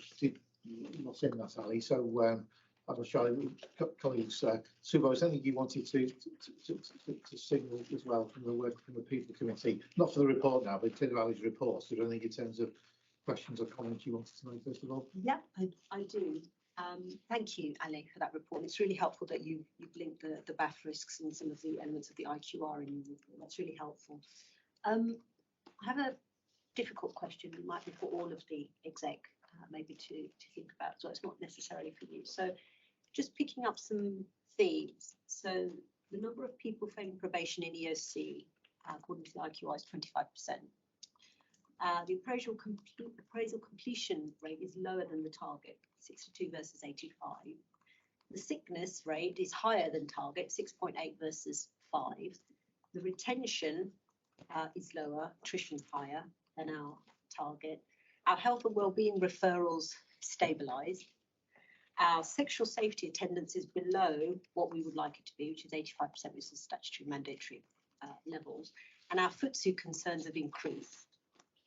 When I look at that as a picture that it's painted, the question I'm asking is a bit like Tom's earlier question about the pace of change. So you've outlined in the strategy, which is a really helpful document, a 2-year plan, I think. Is that right? To start looking at and turning around some of these key things underpinning that. Is that the sort of pace that you would expect to see some of these metrics turning, changing? Yeah. So just to be clear, the metrics you quoted, were they relating to EOC or?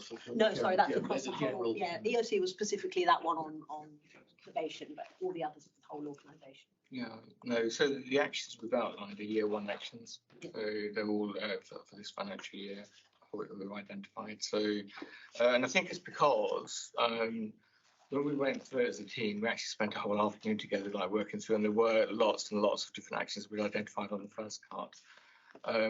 So we decided on the areas simply because we thought they would have the most impact, and also to Simon's earlier point, these are the ones we thought we could achieve as well. Of course, we're impatient to kind of make a change faster if we can, but we thought being realistic as well. So as an example, the housekeeping list that I referred to in terms of staff server response action points, there are around 40 items on that list.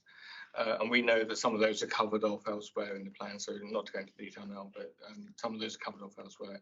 Either way, it's still quite a list to kind of work through. Some of them are very small things, like, you know, I've got cabling on, it's not probably not the best room to explain that in, but we've got cabling on the floor, could that be moved? And other things are bigger things that people complained about.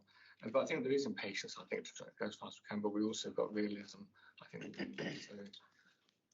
Okay, thank you. Is that sort of an agreement across all of the executives? Do you believe that the pace of setting these things out over year 1 is achievable, and we are realistic, and we encourage your People Committee particularly, you know, to go for a smaller number of things, not a bigger number of things, because it's better to deliver a small number, engender trust, and then build on that. So the challenge is almost the other way around. Not that I know you want to go faster, but are you confident you will deliver this? Because we absolutely have to deliver this. So it's just being realistic about the number of things that you can deliver. Can I respond to that? Thank you, Chair. Excuse me. I think the challenge we have is some of them are so interdependent that actually you can't separate them out. So we have to move a number of them. In an ideal world, goes back to what Simon said, you know, let's do less, but let's get them right. But if you look at the list that you've just said, the sickness, the appraisals, the probation, there's so many of those things that are so linked that actually we need to be moving these together. Some of them will always surge a bit further ahead, etc. But we need to, the sustainable message has to be that all of this matters. And what we're not going to do is just focus on 1 or 2 things, because actually for the staff to make this place they want to be, good quality delivery for patients, we need all of these to be in a stronger place. So we haven't just picked them at random, as I'm sure you will know. But we do have very specific work going in particular ones. The probation and EOC is really interesting because it, as I presented at People Committee, it covers a range of aspects within the training as well as then the mentoring and the development phase. So I'm confident that actually we're in a place together now that this work is aligned. That's really helpful, Emma. Thank you. And one other point, and it's a very simple point really on the people strategy that you presented, and it was very nicely set out, very sort of readable, as it were. But I wanted to thank you for the front page picture. So 2 women with a baby, and a picture paints 1,000 words, and sometimes just putting that on your front says something completely different about CCAM. So thank you for that. Just to pick up the point, and to to Renee, that when you're making that, obviously there's action for HR to take, there's action for the organisation, but other people in the organisation to say, but we have to work together. So this is not a stand. Are we moving from a standoff between HR and line management, and are we now? Is there evidence that we're now working collectively here on resolving these issues? Because that's what I think we're asking for as a board. But these are really crucial issues to the welfare. What might be minor to us, to a member of staff whose wages may be wrong or some other issue, what to us is a small matter, to them is going to be a major issue in their working day, working life. So can we just get some assurance as a board that we have now got some collaborative working in this area? Simon, you go first. So we've always had collaborative working, and I think I don't think we have a standoff. I think we have a situation that we have. We're doing training with our managers to give them better skills to be able to manage and lead. There was a comment about I think it might be in your report about the NHS Leadership Academy when you were at Paddock Wood. Yeah. We're trying to empower and support the development of our managers to be able to do that better. But that's doing that in collaboration with the HR team, because the use of policies, we all have to be on the same page, combined with conversations with our union colleagues. So I think some of that framework is now happening in a stronger way. I do think we need to recognise there is a lot of very positive work that happens every single day that we are not aware of, and that's local negotiations around things, solution finding. But I think we are in a different place now, looking forward. Thank you. Thank you.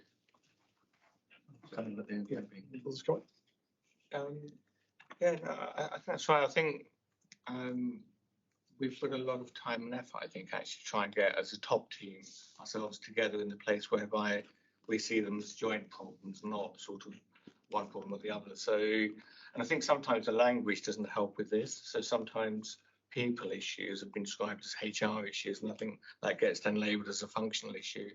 Whereas we all know around this table, and the organisation, I think, is getting a clearer view about what we think about this. Is there are issues around developing managers, improving our policies. My team itself actually needs skills and capability and capacity improvements, and there's saying those kinds of things publicly, I think, actually recognises that there are all kinds of areas that we need to work on. The work with the unions thing, all of these things need to be worked on collectively and together. But not sort of like getting into the blame game, I think. So I think we are, it feels as though we're in a different place, I think, and we're putting the time and effort to make that happen. But are we there sort of, if you like, collectively as the whole organisation? I don't think so yet. And I don't think we can say that sort of like properly sort of felt right through the organisation. Yeah, I don't know. Let's be straight, let's be honest about this, but convey confidence that we're working on this, and the organisation colleagues can appreciate that, can see that.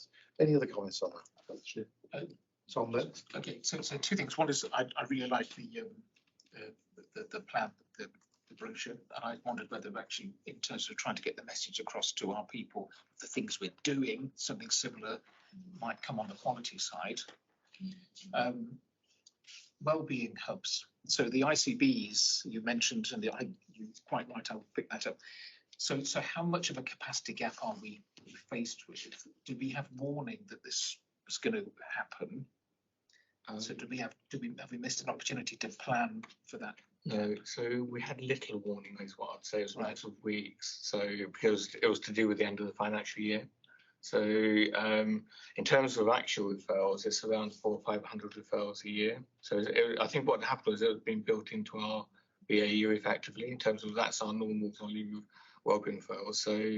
So I think it has had an impact on us as an organisation in terms of it's probably 10-15% of our referrals, which is a lot. So I do think we need to pick it up outside. And I am picking it up outside, I think, with the ICB. For clarity, is this referrals for things like occupational health opinion, counselling, or is it for other? No, it's a wellbeing referral full stop. So as an organisation, we have one wellbeing hub, so one point of contact, which is sort of, if you like, a model service in that sense, so it's easier for people to refer to.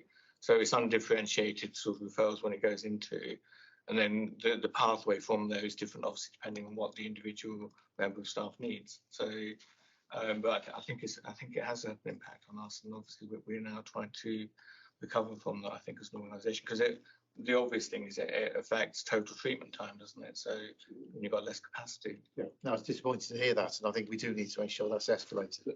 From the IQR, of course, the comment at the bottom under what actions are we taking around wellbeing and referrals. Two questions then. So does the process control chart include referrals to the ICB hubs, as were? And secondly, there's a whole range of activity, a bit as Emma was just saying, there's a whole range of activity that doesn't come under what's counted as a wellbeing referral. So all the trauma work, alternative duties, and other interactions. Is there any way that we can capture that? Because I think we don't know what the gap is unless we have data. Yeah. So it does. The data as presented captures all the ones that we were referring, because they have one source of data for that. There's a bit around all the other bits. I don't think we captured that and present that in quite the same way as you're describing yet. So that, I think, is something we can look at. I'm not sure of the easy way to present it at the moment. I'm just trying to think. Is there an easy way we could show what you're getting at? But I'm not. I need to go. I think that might be a triangulation piece then. Yeah, I think so.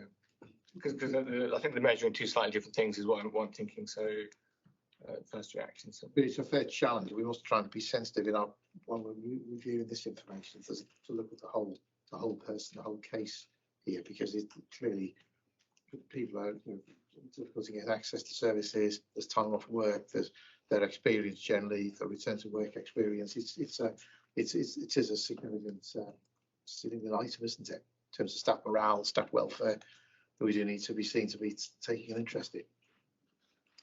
Thank you, Michael. Yeah. I'm going to on something that Tom said there is,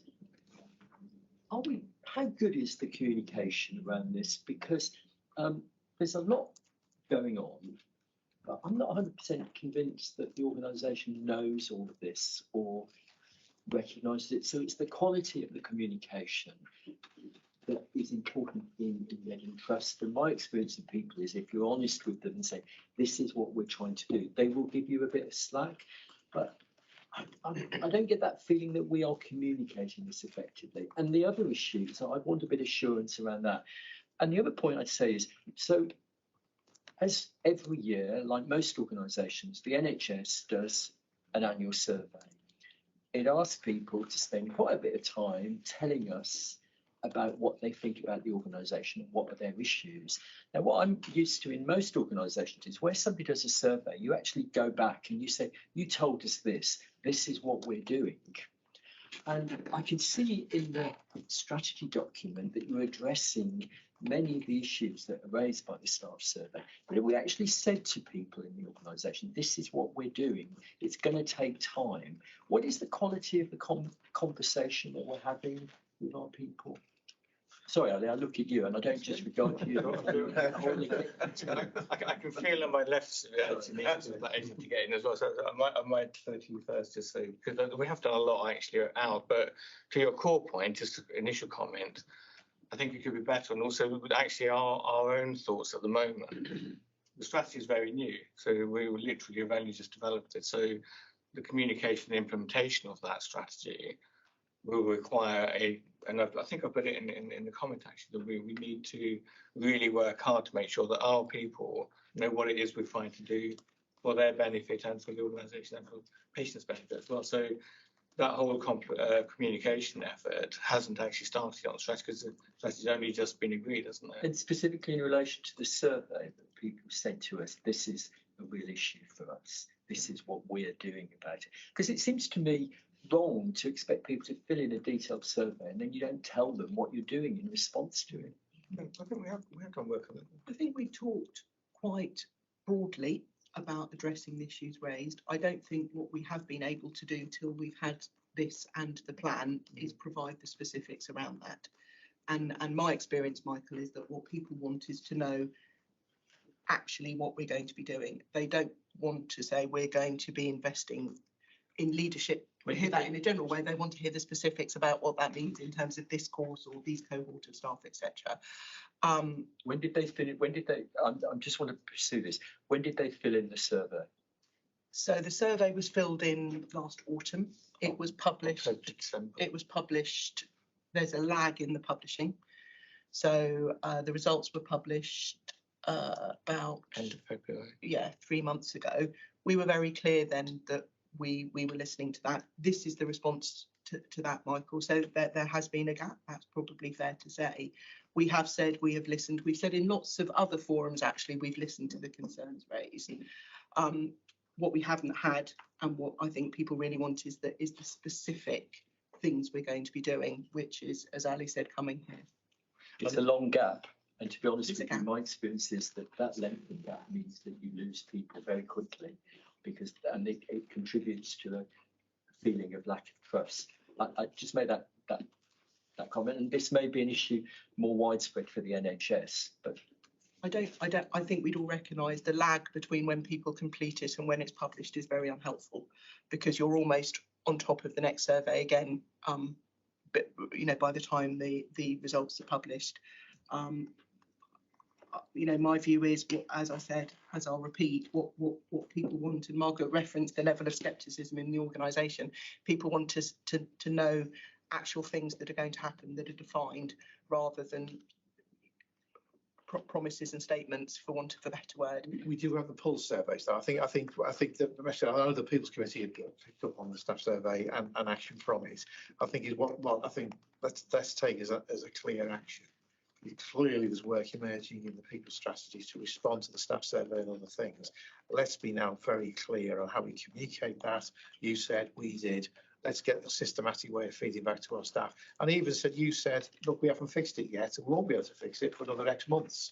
Let's be honest, be straight with people in terms of that communication as well. In terms of that's down the management line. It's not just the communication department can only communicate what managements are saying. So let's get a clear line. Can I just think? I hear what you said.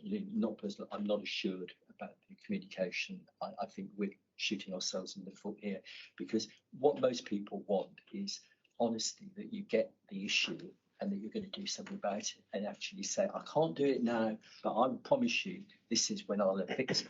I think we have said those things, Michael. I think we have said we've heard the issues.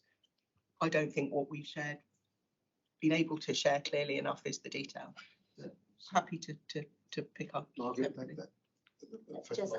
just also want to put in the local layer. So as directorates, we did from the staff survey, we were immediately given the task and we did enact that we went back to our own directorates to say, this is what the staff survey has been saying. This is what our particular area of the staff survey said.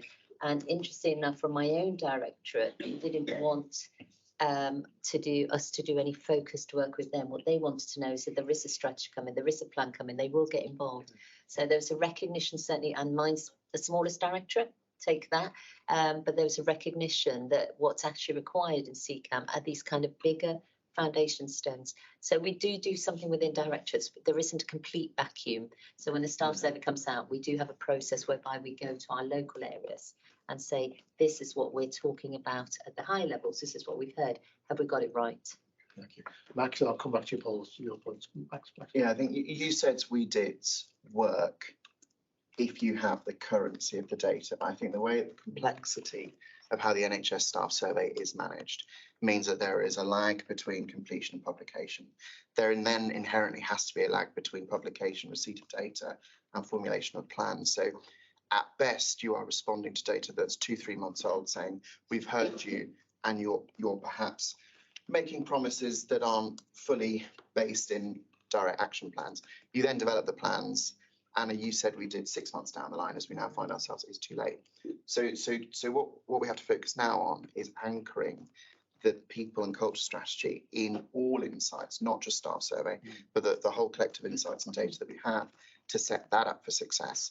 And then the power of the you said we did idea and the value of listening and how much we as a board value the voice of colleagues, that comes in when it comes to the next survey going live, because you're then extolling the value of that survey by saying, look, it's been a year since the last one.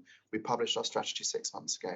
We're making good progress on these things in response to your feedback. But that listening has to be always on. And that's the kind of cadence and approach that. Well, that goes back to the embedded word again, doesn't it? The insurance cycle, because I think the staff survey is just confirming what we know already, rather than that. Oh, it's a great surprise. Yeah. And so it's important we get into that cycle. So I think that's a fair challenge, and we do need to do some more work in that area. Do you want to respond to that point? Following in, Paul. And pick up a few points, if I may, just very quickly. So you're going to hear me talk about three things.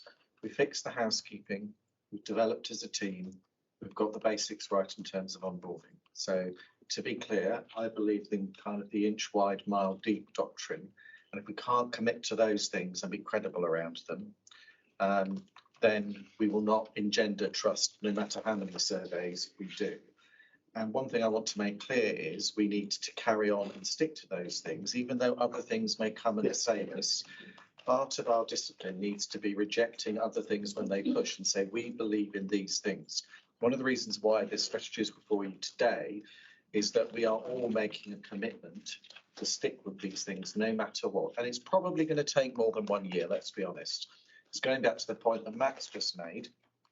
We're already only 4 months away from the next staff survey and people starting to fill it in. The likelihood is results will replicate this year because people won't have got the trust in the process by then to see it. So we need to be in this for the longer term. Back to your point, Subo, this is why this is more than 1 year, because we're having to invest in that over time. It will not be delivered.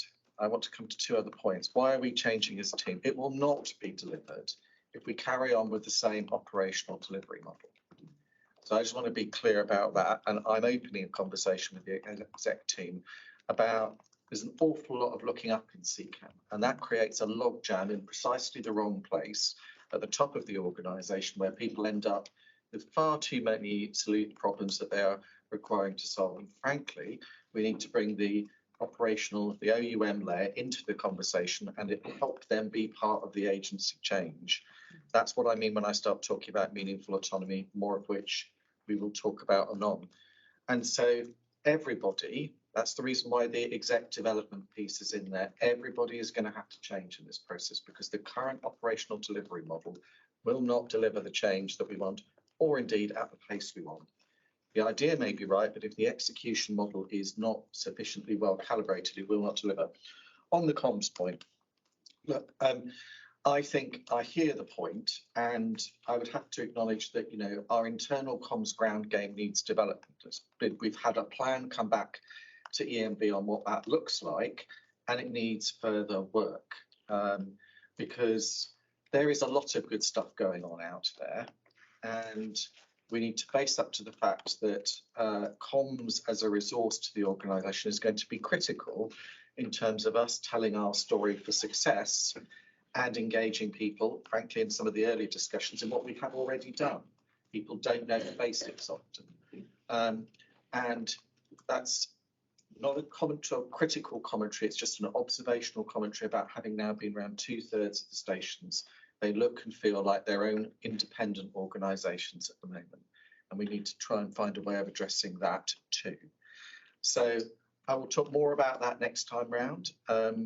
But I just wanted to be clear about the reason why those three priorities is because, yes, the housekeeping, for want of a better term, that will give us the credibility if we stick with it. It won't be delivered unless we change the way in which it is delivered. And it has to be communicated differently to the way in which it has been delivered. Thank you for that. Paul? Yeah. So there's lots and lots of challenges in this area. The net result is, I think, we're 8% down on the establishment needed to deliver the services that we're committed to in a very tight operational plan. That's what if we can measure the implications of being 8%, 9%, down on our establishment figures. Well, others can talk about. Do we that actually more measure it? Do we actually in understand terms of? David, the model we have for linking performance, and is that? Yeah, so the answer is yes. We do measure that, and we know we backfill it with PAPs, we backfill with overtime. Overtime is much higher than it should be because we're not an establishment, so we're at 10% overtime. I think we have a target of 2.5%, and there is an implication of patient care to not being able. I mean, one of the ones that I was going to pick up, for instance, is we've got an SPC chart that shows us a very big decline in EMAs, for instance, and that's an area of risk. The reason that's showing that in the IQR is because we don't plan that recruitment that much ahead. That just shows you the vulnerability. If we put our foot off the gas for 6 months, we will be picking up the phone in minutes, not seconds, and that's going to be having a real serious patient safety implication. This tells us why it matters.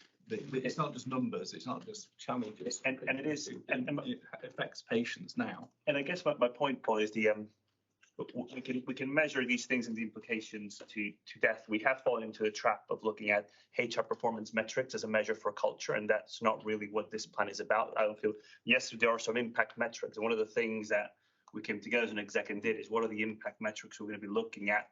But those may not, those may take time to lag. We need to be focusing on, is this having a real impact? And part of this is it being delivered by people, which I think some of you've already talked about outside of the executive team, the senior leadership team, is everybody owning this.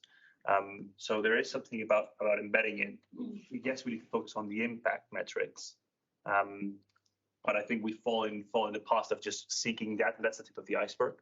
So there's something about us challenging ourselves. How do we look at the real impact without having to just look at those metrics that you've highlighted there? Those who are the tip of the iceberg. There's a much rooted, deeper issue that we need to address.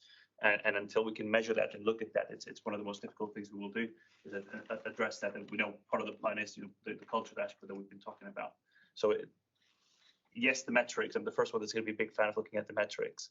But if we just chase those, we are at risk of antagonizing people because we're at risk of sending the wrong message to the OUMs, which is we only want you to keep on top of the appraisals and the sickness and the blind, and that's going to really send the wrong message of we really want you to focus on taking care of the people who look after patients. So there is something that we have not struck the balance on right in the past, and we're trying to address now with some of the work we're doing in the quality management framework that Margaret talked about. Thank you. Any final comments what I saw? Very important matter. Thank you. I think let's reflect. That's really good discussion on a very important subject. And I'm just reflecting back on previous iterations of previous board meetings when going back a number of years when we've talked, it was around HR improvement plan or some other derivatives of that with lots of detailed work and a Gantt charts. What I think we're now getting to is the heart of the matter, really. This is a people issue. This is the culture of the organisation, the way we do things around here. So everything from the way we receive our staff into the organisations, the way we care for them, the way we look after their well-being, the way we conclude their careers, where it is at the end, whether they retire or move on somewhere else. There's a whole chain of events here which all link around the sort of the culture and what makes our staff feel good. What we've heard today in the meeting is we've got lots of staff out there who are feeling good about themselves and good about the care they're giving to patients, for sure. What we've got to get to the next stage to is them feeling good about the organisation and feeling that we've got their backs and we're supporting them. And I do see there's some green shoots in this in this report. Now the important thing is now going back to the key word of this morning is embedding and pace. So I think as a board, I move we receive the people and culture strategy and receive it with enthusiasm and thanks. But what we want to see is evidence, I think, now of how this is going to be embedded, timescales, key actions. The other key point, I think, is less is more. So let's make sure we deliver what we promise. So to pick up the other theme that was around, is let's pick out the key actions here, make sure we deliver them. The executive team have already done that.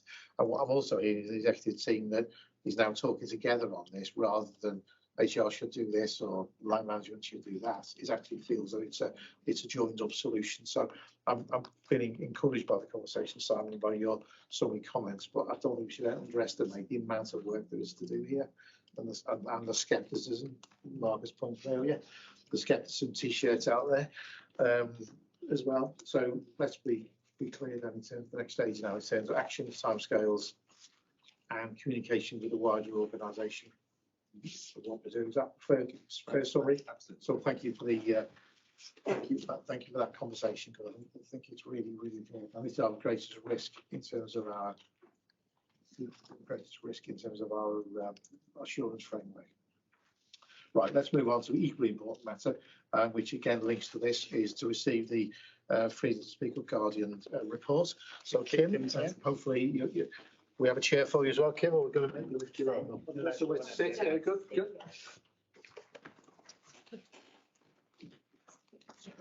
Welcome.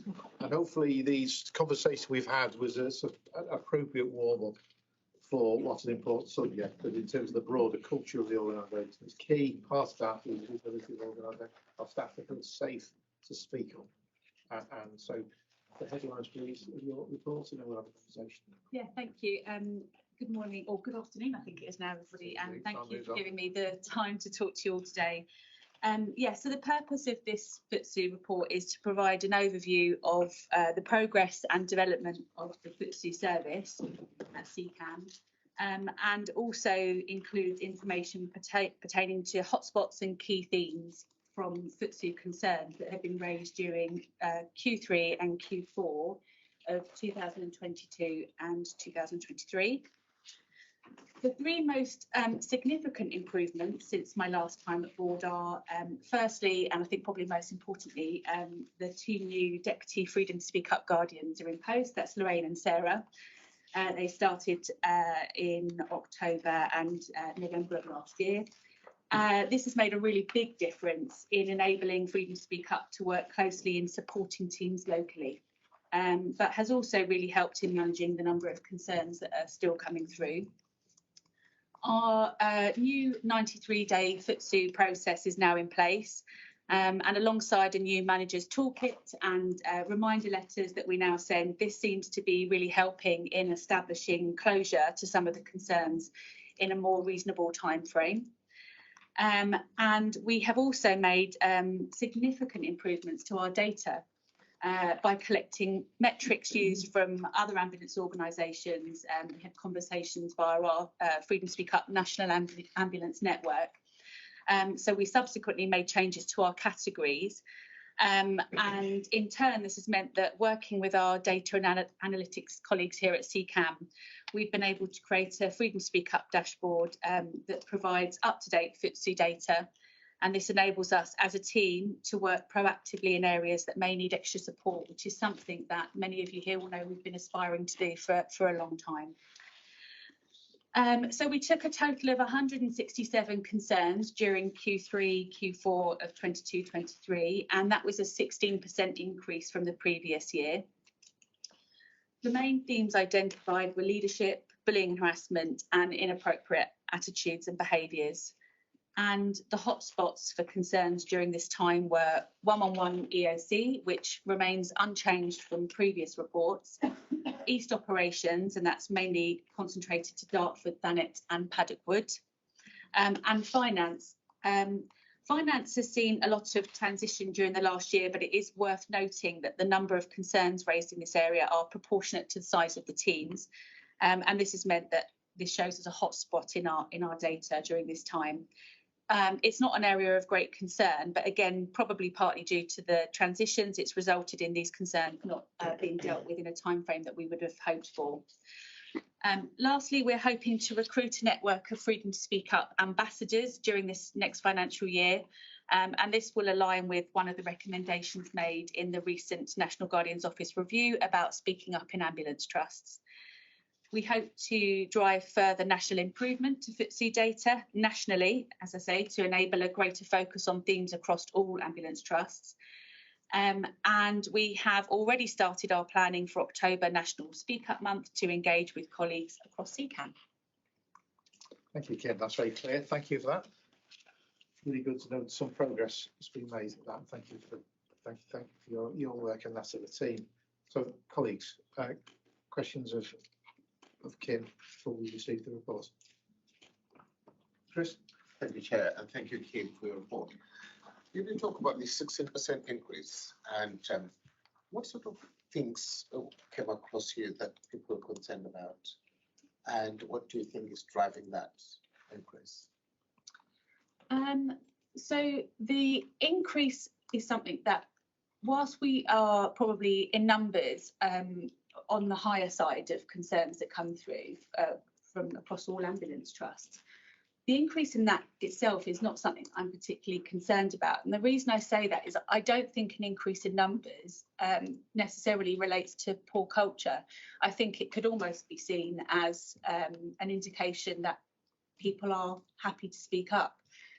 So the increase itself is not something I'm particularly concerned about. I'm happy that people are speaking up. I'm happy that they have a route, whether or not that's Freedom to Speak Up or local managers or whatever area that they're using to raise those concerns. With regards to what sorts of things are coming through, as the report shows, that's mainly relating to sort of bullying and harassment, inappropriate behaviours. And I think that has largely remained unchanged, that those concerns are mainly relating to sort of issues within sort of relationships, behaviours, and a lot of that is attributed to feelings around leadership. That seems to be the main connection, and again that has remained unchanged from previous reports. Sorry, Chair, can I ask a supplemental question? Now, with the kind of culture program coming into effect, do you think these issues will be addressed with that? And are you confident that this will be challenged enough or addressed? So I'm what I can see in honesty is that there are changes being made, and that is starting to show through. So particularly recently, I can really see some differences in how we're addressing the concerns that are coming through, and how I suppose senior leaders from your level, I think, are encouraging leaders locally to respond to those concerns. There's been improvements there, definitely. There's also improvements in the timeframes in handling the concerns. So in that respect, those green shoots are really starting to come through, and we're seeing an improvement. I think that aligns with the fact that we're able to work a lot more proactively with areas as well in supporting them in handling concerns, and that's definitely made a difference. So I think I'm optimistic about the culture plan, and I can only be optimistic because what we're seeing at the moment is the start of improvement. So yes, is the answer to that. Okay. So triangulation again. So thank you, Kim. So you have to gather all this intelligence. Yeah. So how do we use this with the local assurance visits?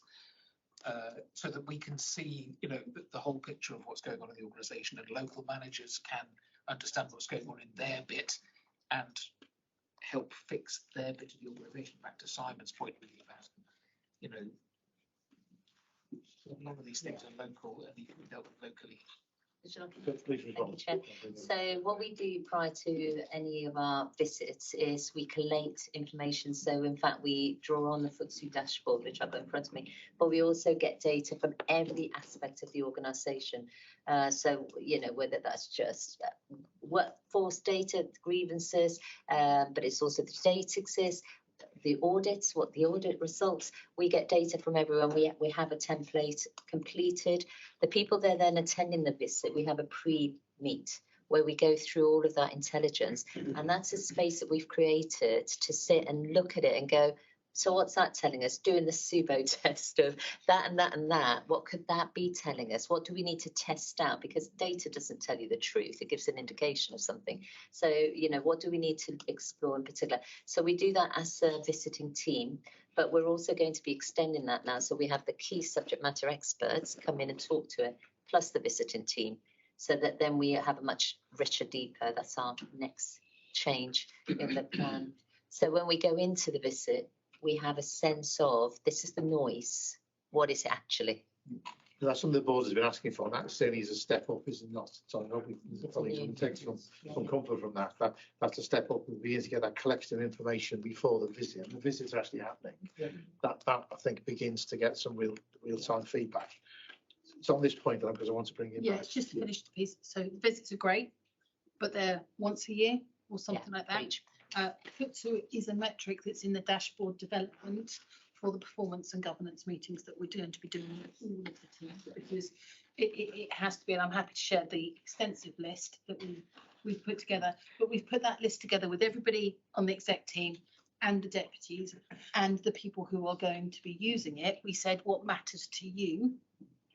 So the FTSE is in there with all of this, so we will see it on a more regular basis, triangulated with the other factors as well. Well, I think what the board wants, I think the board have been asking, and it sounds like it's beginning to happen, is that we know the hotspots, or the hotspots are now being confirmed. I think what the board wants to see triangulated is those hotspots and the people in them are now beginning to come under scrutiny. In the spirit of improvement, of course, we don't want to be seen to be sort of taking the appropriate approach to this and be accused of bullying and harassment. But clearly, there's some behaviours, both leaders and others, that needs calling out constructively in the spirit of improvement. If they don't improve, we're then going to then it's a different conversation. But it's got to be improvement first. So that I think I think is what I'm hearing. I look for some assurance there that that's now the conversation beginning to happen. Because I think we know this stuff, we need to make sure it's action. I would just add to that as well, in addition to all of these things, as a team, so Lorraine and Sarah, who are able to work much more, as I say, proactively in those areas, attend Team C meetings regularly, and using the dashboard that we created through DaVita Teams, we can isolate the data and it's non-identifiable for those areas, and Lorraine and Sarah will have conversations with those managers about what's coming through, and any sort of concerns that we have about the themes, etc. So again, that's working really well. Good, that's good to hear. Max? Yeah, no, I was kind of going to touch on the sort of data point and how it's reported. But one piece I did want to just sort of flag, and again, you touched on this earlier, was around how the most pressing sub-theme, both in terms of number of complaints and increase, is in leadership. Is that because it's a bucket, a catch-all for, a whole multitude of issues, or what's behind that kind of almost 100% increase between 3 and 4 and 1 and 2? Yeah, 3 and 4. Well, I think that there was perhaps always a misconception that people weren't using their leadership to raise concerns. But the reality was always that people were using their leadership teams to raise concerns, but weren't really getting anywhere or weren't having a reasonable response. So then by the time that they have come to FTSE, their concern is around the fact that they haven't been taken seriously through their leadership, or more concerningly, in some cases, that it has made matters worse. So that's where the sort of real link is, and predominantly that is what that focus is around. Is there a judgment made though there? Because sometimes people don't like the answer, a legitimate answer they've had from their manager, and sometimes don't like the answer, and they'll find a way of whatever to raise it. Or is there some filtering mechanism here to make sure that if there's genuine concerns here where there's. So of course, there's always cases where I don't think they're as high as perhaps you would imagine, but there are always cases where, whilst we can't filter that through, we acknowledge that perhaps the manager has done everything. It's a reasonable decision. It's a reasonable, yeah. So one of the recent, we're trying to sort of ever evolve the data so that we can really identify where that's the case as well, because it's important to note that is sometimes apparent, but often that isn't what's happening. There's a genuine cause. There's a genuine, yeah.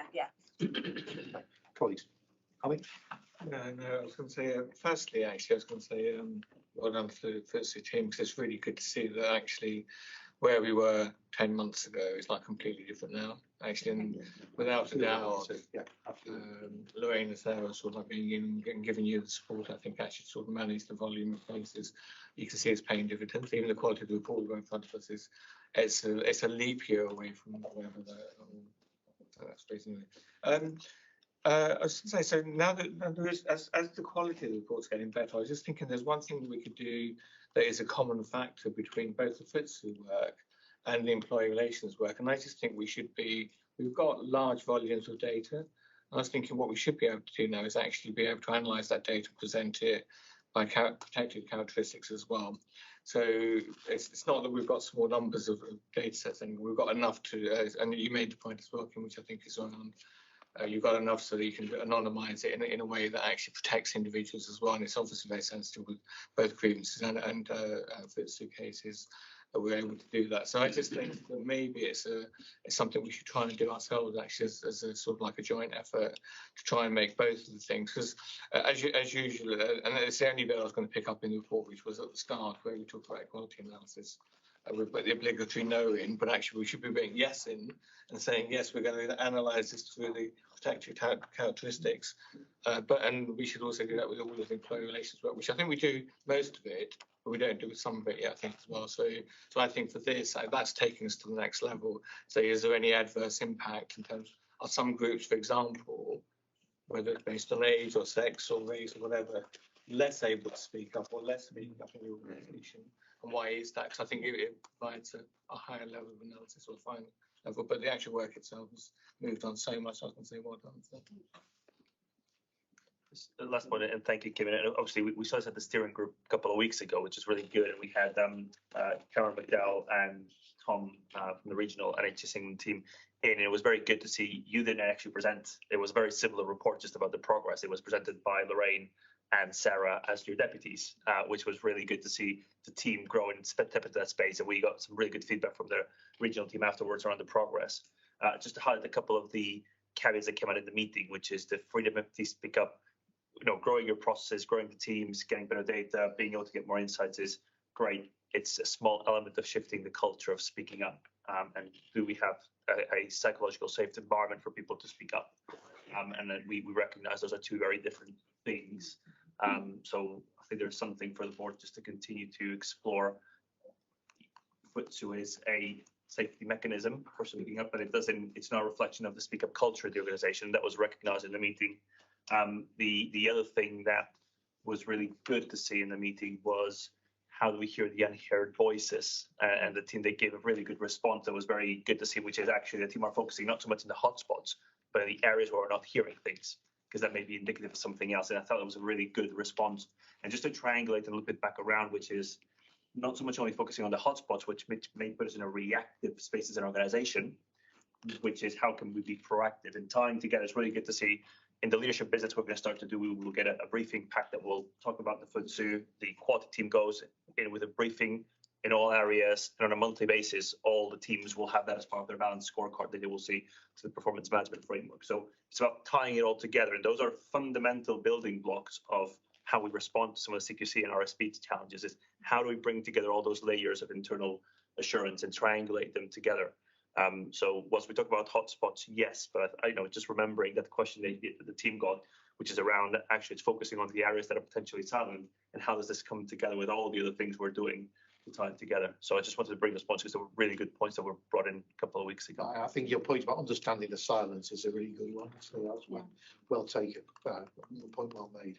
If I may, I would just say absolutely, and that's something that we've already seen. In fact, we've linked on to the QAV visits, and one of those was in an area that was significantly quiet. But it does give me great pleasure to say that actually things were going really well there. Overwhelmingly, all the conversations I had with staff were all positive about their leadership and their immediate managers. So perhaps it's one to focus on and to see how we can sort of mirror that in other areas. Thank you. Thank you. Sue? Thanks, Chair. Well done, Kim. I agree with Ali's comments. I'd echo that. The reporting is much improved. You made a reference in your report to say that you want to increase the training around FTSE because it's running at just under 40%. Yeah. You want to increase it to over 85%. Yes. And you want to do this in 1 year. Yes. So my challenge to you Yeah. would be, how are you going to do this and without making it mandatory? Oh, well, it is. It is mandatory. It is mandatory. Are you going to be able to do it in a year? Yeah, well, I'm firstly forever the optimist. And secondly, I truly believe that we can aim high and achieve it. We've achieved such incredible improvements just in the last year alone that I don't think it's a step too far to say that we could do that in a year. And I would just note as well that the low number at the moment is reflective of when we started. So that wasn't embedded until around October last year. And in addition, it was put directly onto ESR. Now, at the time, we weren't able to put it for one reason or another onto Discover, but there have been some recent conversations about making that improvement. So for two reasons, that firstly, it came in quite late, so lots of people had already finished their statutory mandatory training. So we missed a big chunk of people. And secondly, it's going, so now we've got it from the start. And secondly, it's going to be moving over to Discover as well, hopefully, which means that we're going to make it much easier to. So it's optimistic for a number of reasons, but I think that us as a team can definitely get that percentage met. Yeah. Okay, well, that'd be good because People Committee looks at statutory mandatory training compliance. So Famous last words. Simon? Just wanted to firstly welcome the report and say, as somebody coming in new, it's great to come to a team that's pretty well established actually and doing some really good work. It's been great to get to know Kim and work with them. Clearly, one of the things that we're going to be judged on by our external assessors is our progress in this area over the next year. And a simple way of asking this question is it a good thing that there are more freedom to speak up concerns or not a good thing? And I've seen boards have lots of different quite theological debates about that point. To say where I come from, I think it's a good thing that more people are speaking up. But it won't be the only place that we want this to go. And again, as we develop this conversation, it's not really for now. What does that look like as time goes on? Would we want to see that continue? Would we want to see that decreased? All of those sorts of questions we need to start to debate. I'll draw a link to the discussion that we're about to have on strategy.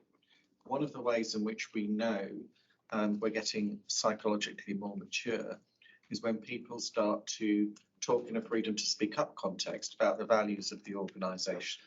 And we're just about to embark upon a piece of work that resets our strategic direction and tests our values in that context.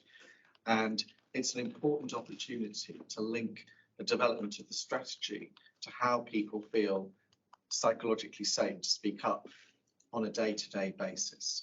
And I personally would want to see people, when they come to you in the future, Kim, saying, I'm coming because there's a really strong value in this organisation and it has been, in my view, transgressed and we need to address that. At the moment, I think we've got good work going on, absolutely great work going on in the freedom to speak up space. We're about to develop a strategy. What I would really like to see as we go forward is how do those things start to move together? Can I just ask you, if I may, so, Charles, there was a reference about the finance department, and I appreciate your temporary custodians where of staff, but the issue is that are they receiving your attention, your senior colleagues' attention in terms of concerns? Yeah, absolutely. I mean, it's quite a good example of how the FTSE process is working, really. And I mean, I've actually had 3 meetings with the FTSE team to make sure that I understand the full breadth of them, because obviously when I saw the report, I thought, wow, you know, I need to make sure that I'm aware of all 13. In terms of what we're doing, it's in the 13 are almost all in 2 particular areas, and you know, there's action ongoing to resolve that. But I think it's a really good. It just shows how it's working and how. You know, if there are issues, and it's not going to be solved by the culture work. Some of this is basic management and making sure that, you know, people are doing, you know, what they're paid to do and taking corrective action if they're not. I think that's well said, and I think that both the board But that's the board view, really. We want the basics done by those that should be doing the things, should be leading the staff. There will always be issues in organisations when you've got thousands of people together, that someone is going to be concerned about some issue, about patient care or about relationships that don't fit into the normal day-to-day conversations for whatever reason and need escalating somewhere safely. And that's what that point about psychological safety is key in terms of the culture. But we also, some of it is around good basic leadership, basic management. So thank you. Right, so colleagues, can we conclude the discussion on this important item? So first of all, Kim, thank you. Thank you for the report. Thank you also to your team, because I think that's good to know. And going back to, you said we did, this was an area of concern in the organisation, and there's been some action, and we are seeing some pleasing progress in the area, not just in the team, but also in terms of the way we talk about this in this meeting.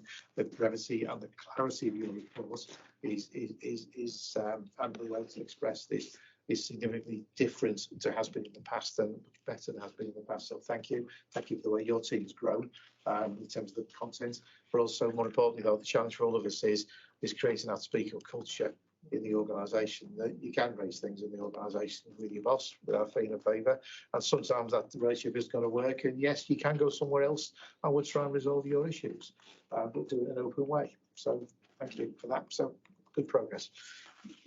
Thank you, John. Can we move on then to conclude the culture item, just to take the committee reports? Super. Thank you, Chair. I'll keep it brief. Discussing this is just to say on the people and culture delivery plan that was presented to the committee, we were really pleased that the exec spoke very much together and as one team. So we were really delighted to see that. And we just supported them and emphasised that on the 41 quick wins. Great to see that. And as Ali has already said, some of those are really easy. It'd be really good to deliver those 41 quick wins. We'll keep our eye on that, so that would be great. The other thing that hasn't been mentioned so far is clinical education, and we were pleased to see a very good paper from Ash about that. And it's just to emphasise, whilst we were disappointed with the outcome of the business case, it is important to say that clinical education is absolutely core and key to what CCAM does, because we are very much invested in career development for our people. So it's not just a vehicle to ensure that we populate the workforce plan and we continue to have a pipeline. It's also about developing our people and their careers as they stay with us here. So that was the second thing. And then the third thing was really that I've noticed over the course of 3 or 4 meetings, we've encouraged and supported much more data and evidence to come through supporting these papers. And I know people like to give lots of narrative around culture, HR, and people and so on, but we are now starting to see much more granularity in the papers that are coming to the committee. There is still some work to do to link some of that with the risks and the impact. And so we've made a note of that, and that is probably chimes with what we found through QPSC as well. But we look forward to seeing some improvements on that aspect of it. Thank you. Can I just come back on something around clinical education? So just as an update from that, Richard Quirk, as my deputy, and I met with Simon yesterday, and we had a discussion at EMB because we have reframed business case into different stages. And we've agreed to get the first phase of the business case that was approved yesterday at EMB. So that will see driver training coming in-house. It will see the appointment of some new clinical education leads to bring up some of our programmes in-house that we currently manage externally, and to give us a scheduling function. So we are seeing some progress because Simon agrees with us that it is of central importance for our colleagues to get this right. It's a really helpful update, Rachel. And my colleague has just reminded me, Chair, that the other piece to mention, and looking at Rachel, is that we also asked for the professional standards unit to come and make a presentation also at the committee. We want to make the link between professional standards and culture, so we'd really like to hear more from that unit around what they do. And also it's been really helpful having one of our governors talk to some of us about this as well, to learn from other organisations around the link between professional standards and culture. Great, that's really good, positive results, so thank you.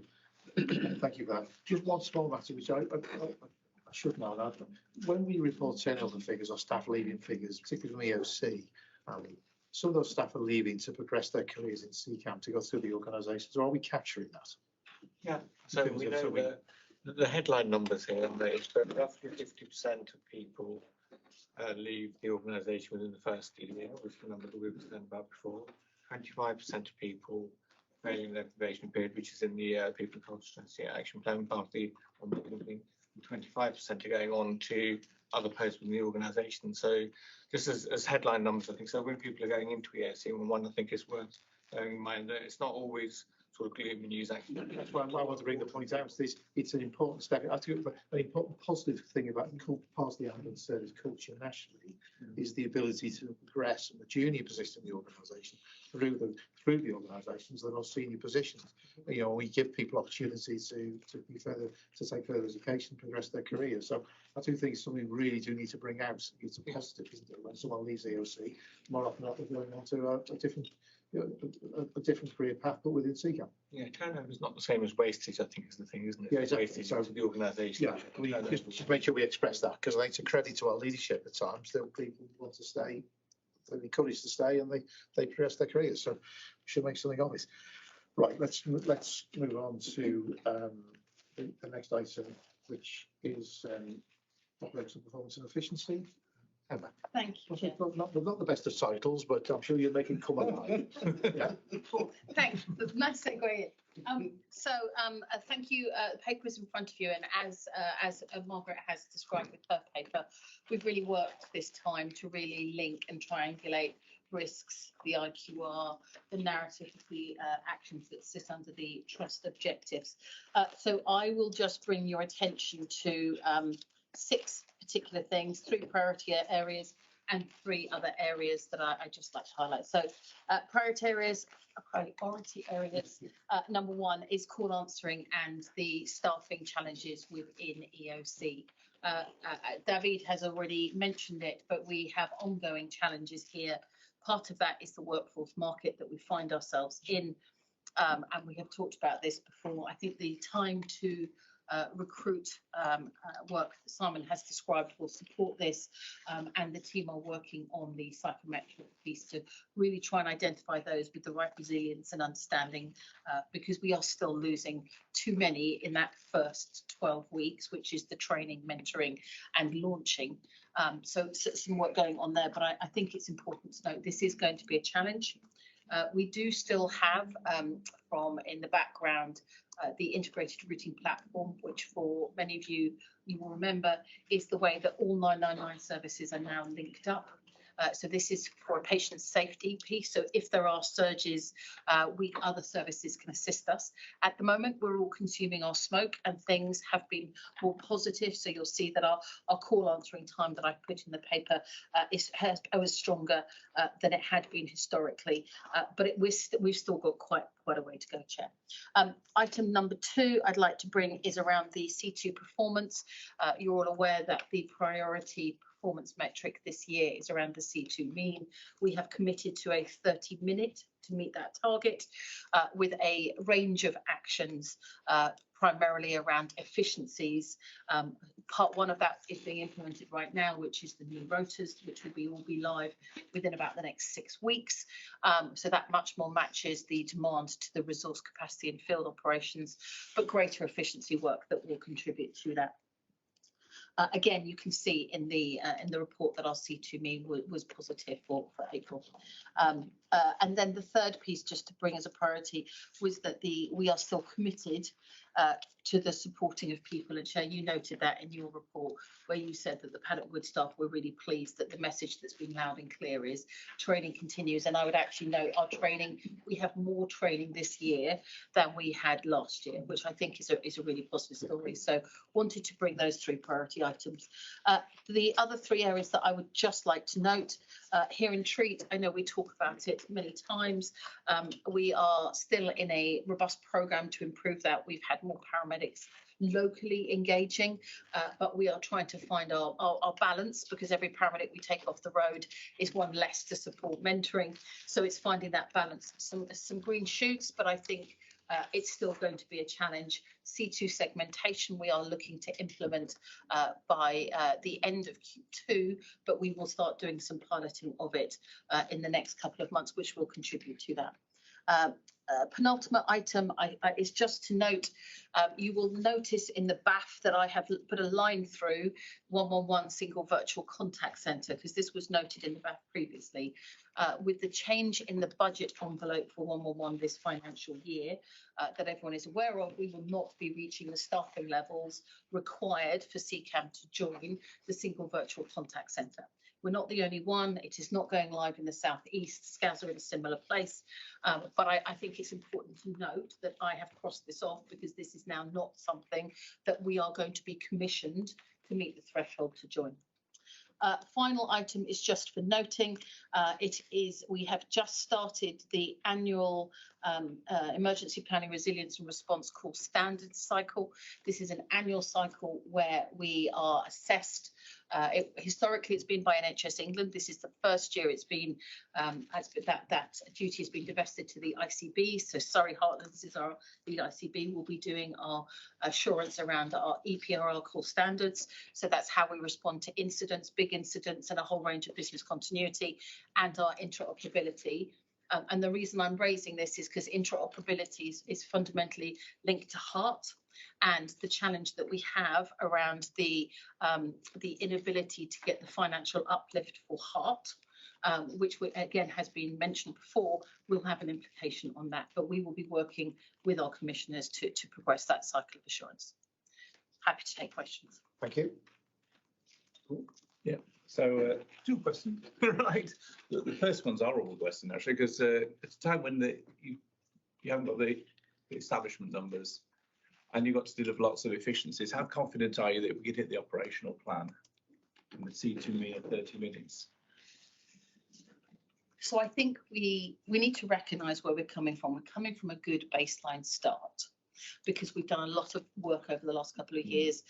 You look at our handover times, you look at some of the other contributing factors. I still think it's going to be a stretch. Yeah. I think the mechanisms we have in place this year around a number of those efficiencies are good, but I think it's still going to be a challenge, if I'm really honest. And I think we're only in month 1, and we have got to get through the summer and the autumn. But C2 mean has been something that we have delivered well against in partnership.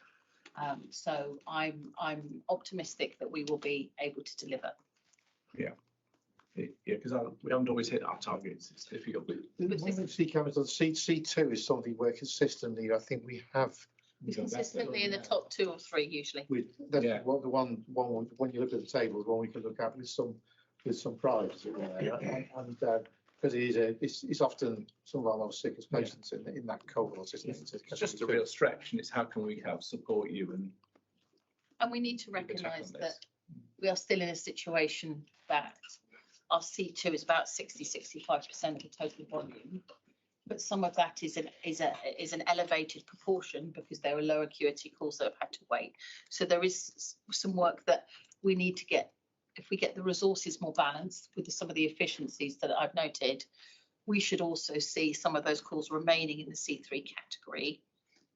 But yeah, and I think just to call out what Paul's referred to, so last year we did not hit our targets. We had a trajectory to something like 22. All the efficiencies. We were not funding for it. Our recruitment plan fell short by a 3-digit number. We had a stretch here and treat plan with a realistic underpinning. Yep. The things that are different this year, if you look at the IQR, the planning, we're at risk and significantly overspending because we are over recruiting. Yep. With a plan that we will drop out and fall back into life. So that's a learning from last year from the workforce plan. So that's one thing that's different. We've got 2 credible schemes under here and treat. So the CAT 3 core validation and the local hubs, plus the C2 segmentation. So 3 things that we're doing. So there's a number of things that also the efficiencies last year, we had a number of assumptions around job cycle time. Would that prove that it's the wrong message? Because the message from the ground when we're out about is you're just chasing us to do things quicker. You only care about performance. The narrative is changing now to say we are focused on making sure that we get the most value out of the clinical time.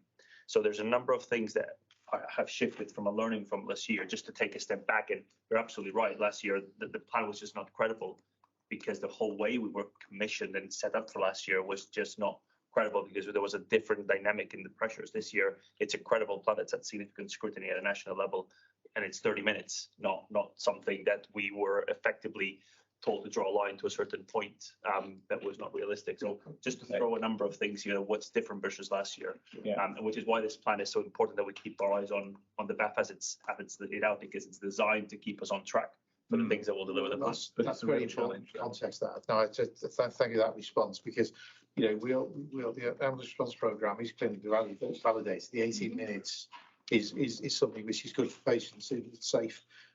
We've been allowed to go up to 30, and it's pleasing we're keeping within that 30 minutes. And we've got to make sure we stay there, because quite frankly, we go over 30 minutes. That's when we really are going to have a difficult story to tell when the NHS has given us some air cover for once on targets. We've got some room for manoeuvre. We can't get outside that 30 minutes. We've got to drive it down as fast as much as we can within available resources. But it's a difficult one, that isn't it, in terms of are we in partnership with our commissioners in terms of are the conversations with commissioners a spirit of partnership around these targets in terms of in regular meetings, and do we feel that they understand our position and we're communicating effectively? I think they're very clear of our position from the fact that Debbie, Charles and myself have talked to them about the finances, the waterfall, the actions. They also, let's be really clear, they have an action that is not in our gift to deliver. We've got 2 targets. Two targets, which is not in our gift to give, which is for them to manage, which I think is the first time that we've included a component that is quantifiable, that actually we can hold them accountable for in this way. So I think they are, and I've looked at my colleagues, I think they're fully sighted on the challenge. That is a change. Thank you. Super. Thank you, Chair. It's really helpful, very concise report.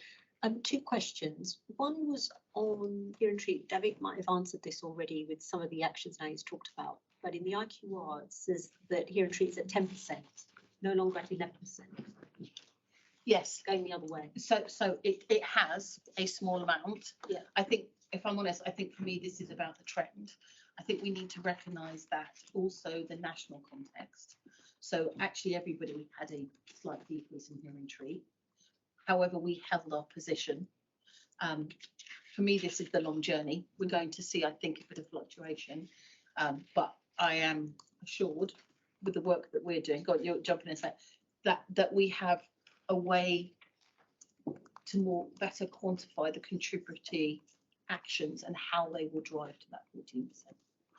From learning from other trusts, the C2 segmentation, for example, we've learned from London and from West Midlands, how that has contributed to their Here and Treat totals. For me, it's not just the action, it's what do they deliver? It'd be really helpful, because we've talked about this before, to see that trajectory, because it impacts on our financial plan, doesn't it? It's quite critical that we hit the 14%. So I'd really like to see it as an action from here, that we actually have a plan that tells us what's the time frame we are going to hit that 14%. Because I hear what you're saying, it's just slipped back to 10% temporarily, and we are kind of in the mix there. But I'd like to see the plan. Yes. My second question is a slightly broader one. We talked about partnerships, but the Metropolitan Police has just said they're not going to see mental health patients. Do we have any indications from the Surrey and Sussex Police that they're going the same way? And are we and will we prepare? So yes is the answer, and it comes from 2 places. One, we've heard indirectly through Roots that they are absolutely going to follow them out. We also have evidence that, and I'm not going to remember the name of it, but they made a decision about 12 to 18 months ago that the police would stop going to calls for concern, I believe they're called. So Right Care, Right Person, it's a national police programme. So they historically, the police would go if you hadn't seen someone where you were concerned. They've now stepped back from that, and they have handed that over to health. The benefit is it's only been very, very, very small numbers, but the mental health piece that you're talking about is much more significant in terms of volumes. So I think there will be, bear in mind it's only just come out, we have a stronger working relationship with the emergency services in the southeast than we've had previously. I am absolutely planning to have a bit of a workshop with them to understand the implications for this, but have to include our commissioners in this, because some of this is our work that they get activated to, some of this is not our work, and we need to be able to Can I, think through that. let's go too much detail on this because there's more to come on this item, I think. I want to be, Tommy, brief comment. I want to be chief executive in just to make sure the board gets some assurance we're escalating this all in the right places. The Chair and I had a conversation about this yesterday, and I won't go into all the detail. But for me, the assurance point is really about, this isn't in our gift to fix alone. It's about who are we engaging with, and so it's not just the other blue light services. It's our commissioners. It's probably further up the tree. I gather in the Met there's a concordat being developed between the NHS and the Met, and really for our patch, is that the sort of direction of travel? Because we can't have individual bits of the system deciding alone to do X, Y, and Z or not do X. Yeah, absolutely. Crystal, I want to ask a question. Can you just conclude on this, Simon? Where is this in terms of on your list of actions? So this is a national issue. You're quite right, Tom. It cannot be solved locally. At the moment, there's a bit of a risk of the domino effect as police services around the country follow suit from the Met. My view is this can only be solved nationally. It's come up at ACE and it has been logged there as something that needs solving. To be honest, I walked in through the door to it and it caught the way it was presented to me, and I'm speaking as a newcomer here, it caught everybody almost completely by surprise. Nobody knew this was coming. It wasn't trailed. So if there has been a concordat developed that has triggered this, it's not one that, from a chief exec point of view, we've been briefed about as a community. So I think all I can say at the moment is it's still in the discovery phase about what has been agreed by whom and how are we going to handle it. I haven't met a single other ambulance colleague who is regarding this change with anything other than alarm and consternation.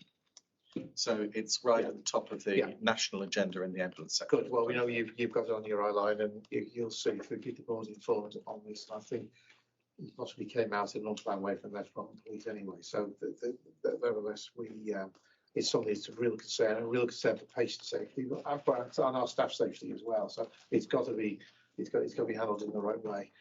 Chris. Thank you, Chair. And I was just going to say, we did talk about, the new rotas. Yes. And what sort of impact do you think they're going to have on our current targets and also the utilization of our volunteers? So I think there are a couple of different questions. We are monitoring what we call compliance, which is the proportion of resources per hour, not just across a whole day. We're expecting to see that compliance be over 90% going forwards. We have patches at the moment where it's in the mid-80s. I think it'll probably go further than that, but we need to just see how this rolls out. Bear in mind, we still have some vacancies in certain areas, and that should help smooth where we've got some gaps between potential demand and where we're putting our resources out. I think it's also a day shift. So we've talked previously about the path that we're seeing more calls earlier in the day. So it's about getting that into a better place. I can't give you a number on what I think this will deliver performance. I think we need to embed them. We need to run them through for a couple of months and see the implications of that. There's also a higher level of relief, a small amount of higher level of relief, which we need to be targeting better at some of those gaps. So I think that's where we will see some of those benefits over the next couple of months. In terms of volunteers, I think it's a different question. We are increasing the number of volunteers. We are doing some work with the team to get the dispatchers and try and make sure that the volunteer desk is staffed as frequently as possible, so they are used as appropriately as possible.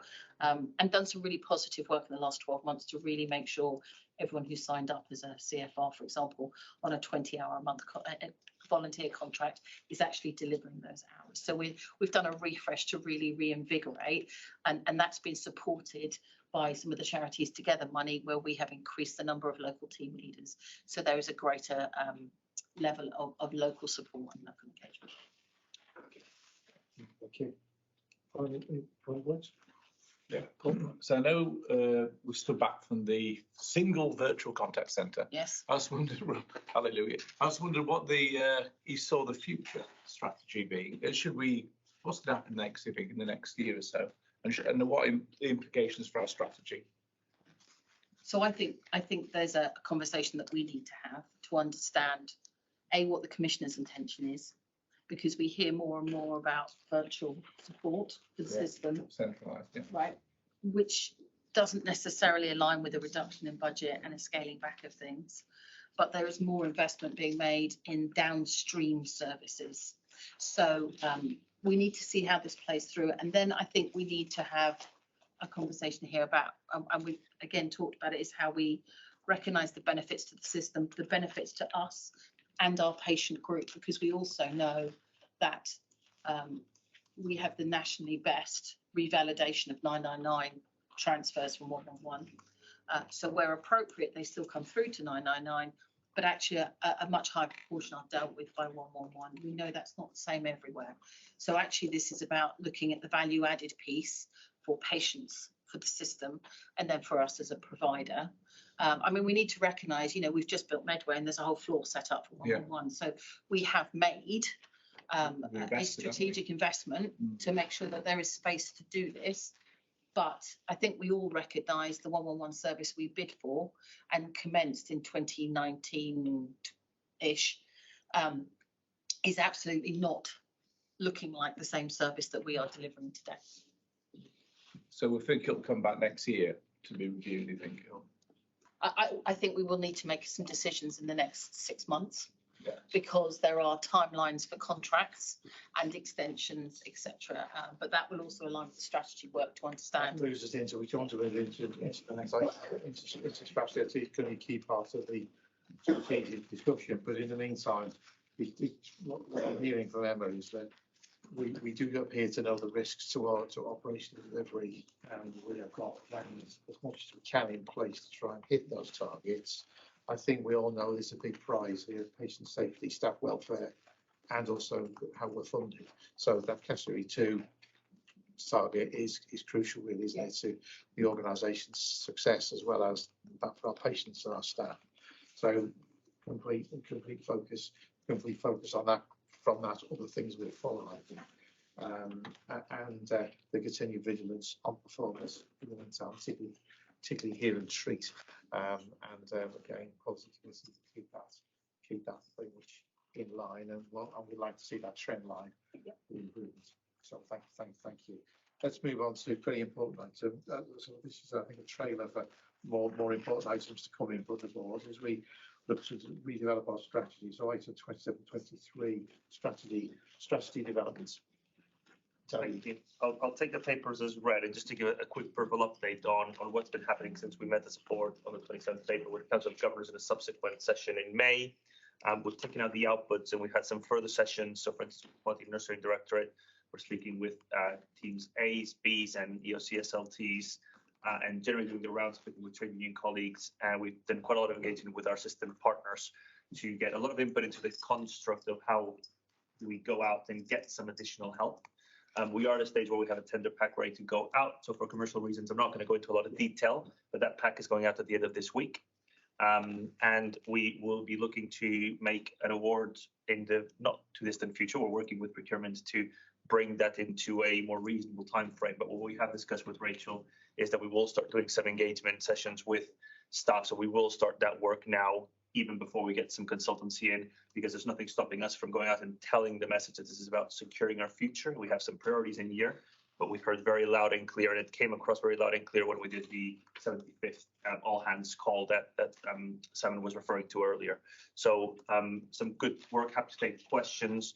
As I said, we're not going to go into a lot of detail in the public board because of commercial reasons. In part 2, we can brief about how do we plan to involve some of the board colleagues into the procurement process, but it will, what I'll say is it will be an involved process where we have engaged with patient groups. We will be involving partners in the selection process. We will be involving staff in the selection process. So this won't be a exec in a room making a decision around who we partner with. This needs to be about somebody who's a strategic partner, and that comes from the session that we did with the Morning Council of Governors. So happy to take questions. To answer today's election, good words, inclusive. Yes, that's really coming over. So thank you. Max, any comments you want to make? It's probably more of a commercial question, so I'll okay. Thank you. But no. Thank you for that introduction. Any other comments, colleagues, in terms of yeah, we said we do this. We've set out setting out the path in a way we prescribed, and we're going to engage with all concerned to make sure this is a thoroughly inclusive piece of work. Yeah, so thank you for that. That's really good to hear. I'm really pleased we've got the partnerships report in the pack. Yeah, and again, I think it has read, we have been bringing partnership reports to the board for the last couple of months to increase our situational awareness of what's going on in the system. That is an area that we have talked about increasing our awareness. And as we talk about the strategy, these two will go hand in hand, because our strategy will need to be focused on how do we succeed as part of a system, not just as an individual entity. And our lead ICB is very much in line with this and very supportive of a collaborative approach as we develop this. To note, you've got a summary of the joint forward plans that we have been engaged with through Kent, Surrey, Sussex, Frimley. It would have been good, you will see the timetable with some of them. We have not been engaged until later in May, and some of them we engaged a bit earlier. And it's fair to say that our presence is not very high in the list of what the ICBs are talking about. So that's just a reflection, it's an observation of where do we sit in the agenda of the UEC space, and do we come out in the very easy test if you search ambulance, for instance, in some of the documents we don't even come up once. So you don't need to do a full analysis of the document to say where are we in the presence of mind. However, where we do come out, we are painted as players that need to help, not so much on the responsive side of things. There's a very good chart that Frimley have put together, and they see us playing a part in the preventative side. So they see us playing a part in managing flows, in managing mental health. So helping have a place in managing of the pathway of the journey and getting people to the right care at the right time. So that starts to become a lens that's coming through. We will do a more in-detail analysis. The JFPs are being submitted finally by the ICBs on the 30th of June, and that will be key inputs toward the development of our strategy and the way that we engage with the different ICBs and through our lead ICB, because of course this will need to be a coordinated piece about what is our role to play into the systems. There are three other areas that I wanted to highlight around the work that we're doing at a system level to help deliver our plans for the year. So one is around the UEC recovery plan and the focus on handover times. The second one is around referral to appropriate pathways of care, specifically around frailty and urgent community response 2 hours and mental health. Now, the disappointing piece of data to say is that under 1% of the outcomes that we currently get as an ambulance trust are to those alternative pathways. And in fact, there's a very striking visual that I think we will share with the board that we prepared for Richard when he visited us yesterday, that shows you all the different pathways that you can see where those alternative pathways are very small proportionate to some of the other outcomes that we have. And that is an area where we need to focus on, and getting access to the data is going to be a key part. So I have asked the team to consider including within the IQR some metrics so the board starts to see visibility at a system level of how well are we utilizing some of those referral pathways. But a patient flow group has been established as part of the work streams that we have already covered today, because all this links into Cure and Treat and links into keeping patients safe in the stock. And I'm pleased to say it's a collaborative piece that the partnerships teams, the quality team, operational teams, and the medical teams are working on together as part of this QI focus. So a big area of focus for the team this year. Happy to take questions. Encourage you to hear that. Comments, questions? Thank you. Well, thank you. And can we also thought our thanks back to the partnership team as well, because one of the joys that the executive I have privileges is attending some of the audience scrutiny committees of local authority. Always impressed by the knowledge and the relationships that have been built up with some of our local politicians regarding the ambulance service, which often goes unnoticed by the board. So can we just thank our colleagues for the work they're doing to build up those relationships. Moving on to the finance report. Well, yeah, it's a bit of a change for me to be last on the agenda. Not used to it, but actually it's a really good sign of a quality-focused and people-focused organisation. Good, you're not feeling slighted. Going off after the time and telling the rest of the audience that we don't give enough concentration on the money. Well, I think Sava's job is to keep it at the end, because that will mean she's doing a good job. If I can just highlight two areas really. Firstly, financial position, secondly, cost savings. So financial position, as in the report, a little bit worse than budget, 100k worse, but actually I'm comfortable with that it's close to budget. Always happy month one to be, close to budget, which means, the budget's reasonable. Also, at the same time as delivering really strong performance compared to the plan, so the C2 mean of minutes compared to the 30 minutes. Key area that we're investigating is the overspend on 999 operations. We're doing a deep dive on that. We haven't, I'm pushing the team to make sure they do a good deep dive. We've got some initial responses which I'm not happy with. So we're, I'm going to make sure we keep on doing that deeper analysis to make sure we get to the bottom of what's going on, and then we can take the right action, which is going to help us for the rest of the year. So that's the first bit on the financial position. Second area is the cost savings. So as in the report, we're not where I wanted to be in terms of getting the detailed cost saving schemes together. We're not that far off where I thought we would be, but 6.4 million out of the 9 million. What I am making sure we're doing is making sure it's a sustainable process that can continue for the future when I disappear. I don't want to just, totally lead it and say, right, these are the schemes, and can I just do the spreadsheet for you? And that's part of the reason why it's been probably slower than expected. So it's the teams doing the work, and we're building it up from those teams, which is the right thing to do.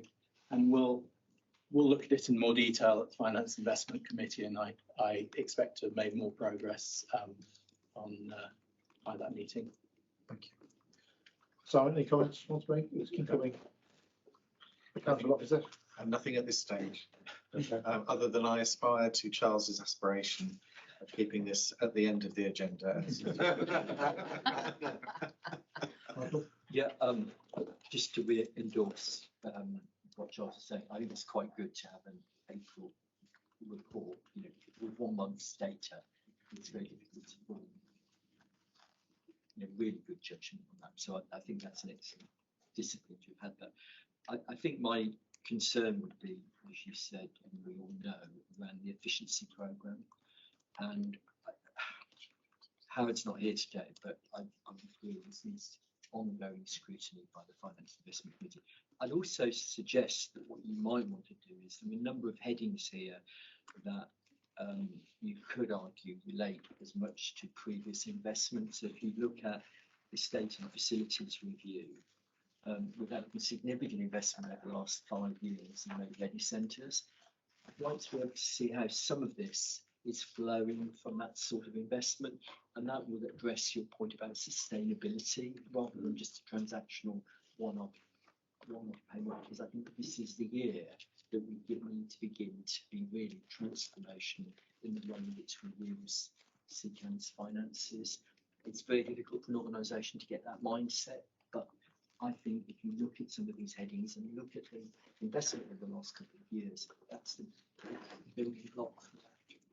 But other than that, I don't think. We appear to have done the right thing in many areas. Yeah.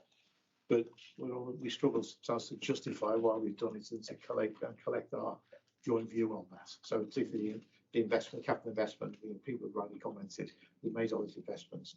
Can you demonstrate its worth? Well, I think that's where the ICB is coming from. Absolutely. No, well, let's get ahead of the curve. Let's make sure we get an answer for that. Yeah, I mean, often the investment costs money. Normally when you do a estate scheme, it's net increase in costs. So, but we do need to make sure that often in those business cases there are savings that are part of that case, and we need to make sure they're delivered. But we can go into that in more detail. The point I would make is that I think Howard would say this in both his and my time here.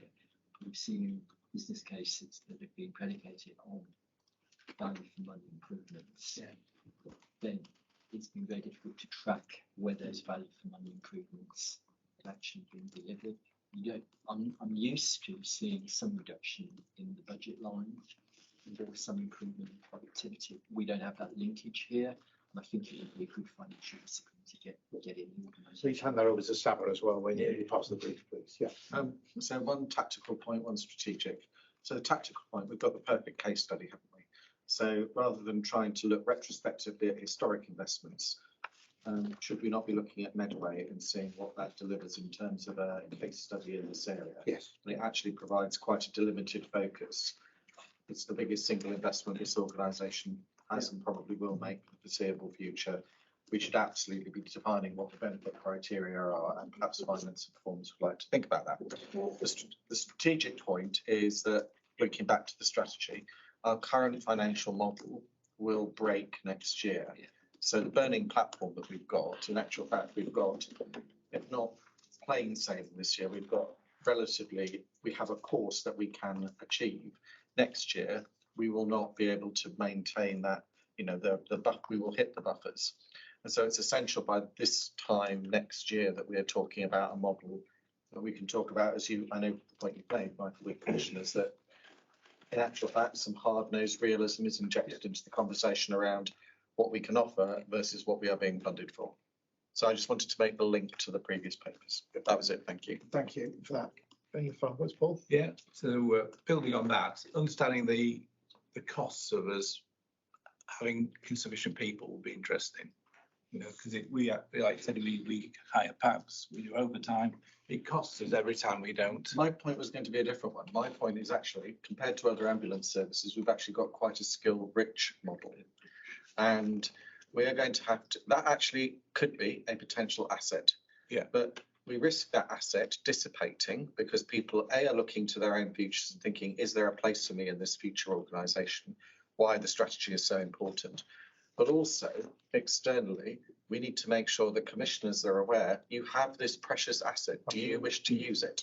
Yeah. And if not, people will vote with their feet, and we could lose it by neglect. That's probably one of the biggest story risks. to be told, isn't it? Yeah, so that's to be, and you've said that's a very good point you made there, Simon. We value our staff, we value their skills, but we must be able to demonstrate what they deliver for patients, and that's really important. So, and the other two very quick things, we're looking at the 9 million. Because time's knocking on, we're a couple of months in, and we've got plans in progress, but no real plans. So at this stage. Is that getting that has your attention, does it, Simon? It does, yes. That's the important thing at this stage. Yeah. And the very last one is about, can we actually try and prioritise business cases? Because we've never managed to do that. And I think that's part of the discipline. We don't say no to anything. We just look at business cases on an individual basis. So we're not actually sure at any point in time we're investing in all the right things to help the strategy deliver. Realise it's a short-term attack, obviously, but any wisdom you could share in that point? Yeah, I mean, we've been reviewing that process, and part of that is prioritisation. So, third chief finance officer told me that. So, but it would be good to do because it might help us do lesser things better. Yeah, thank you.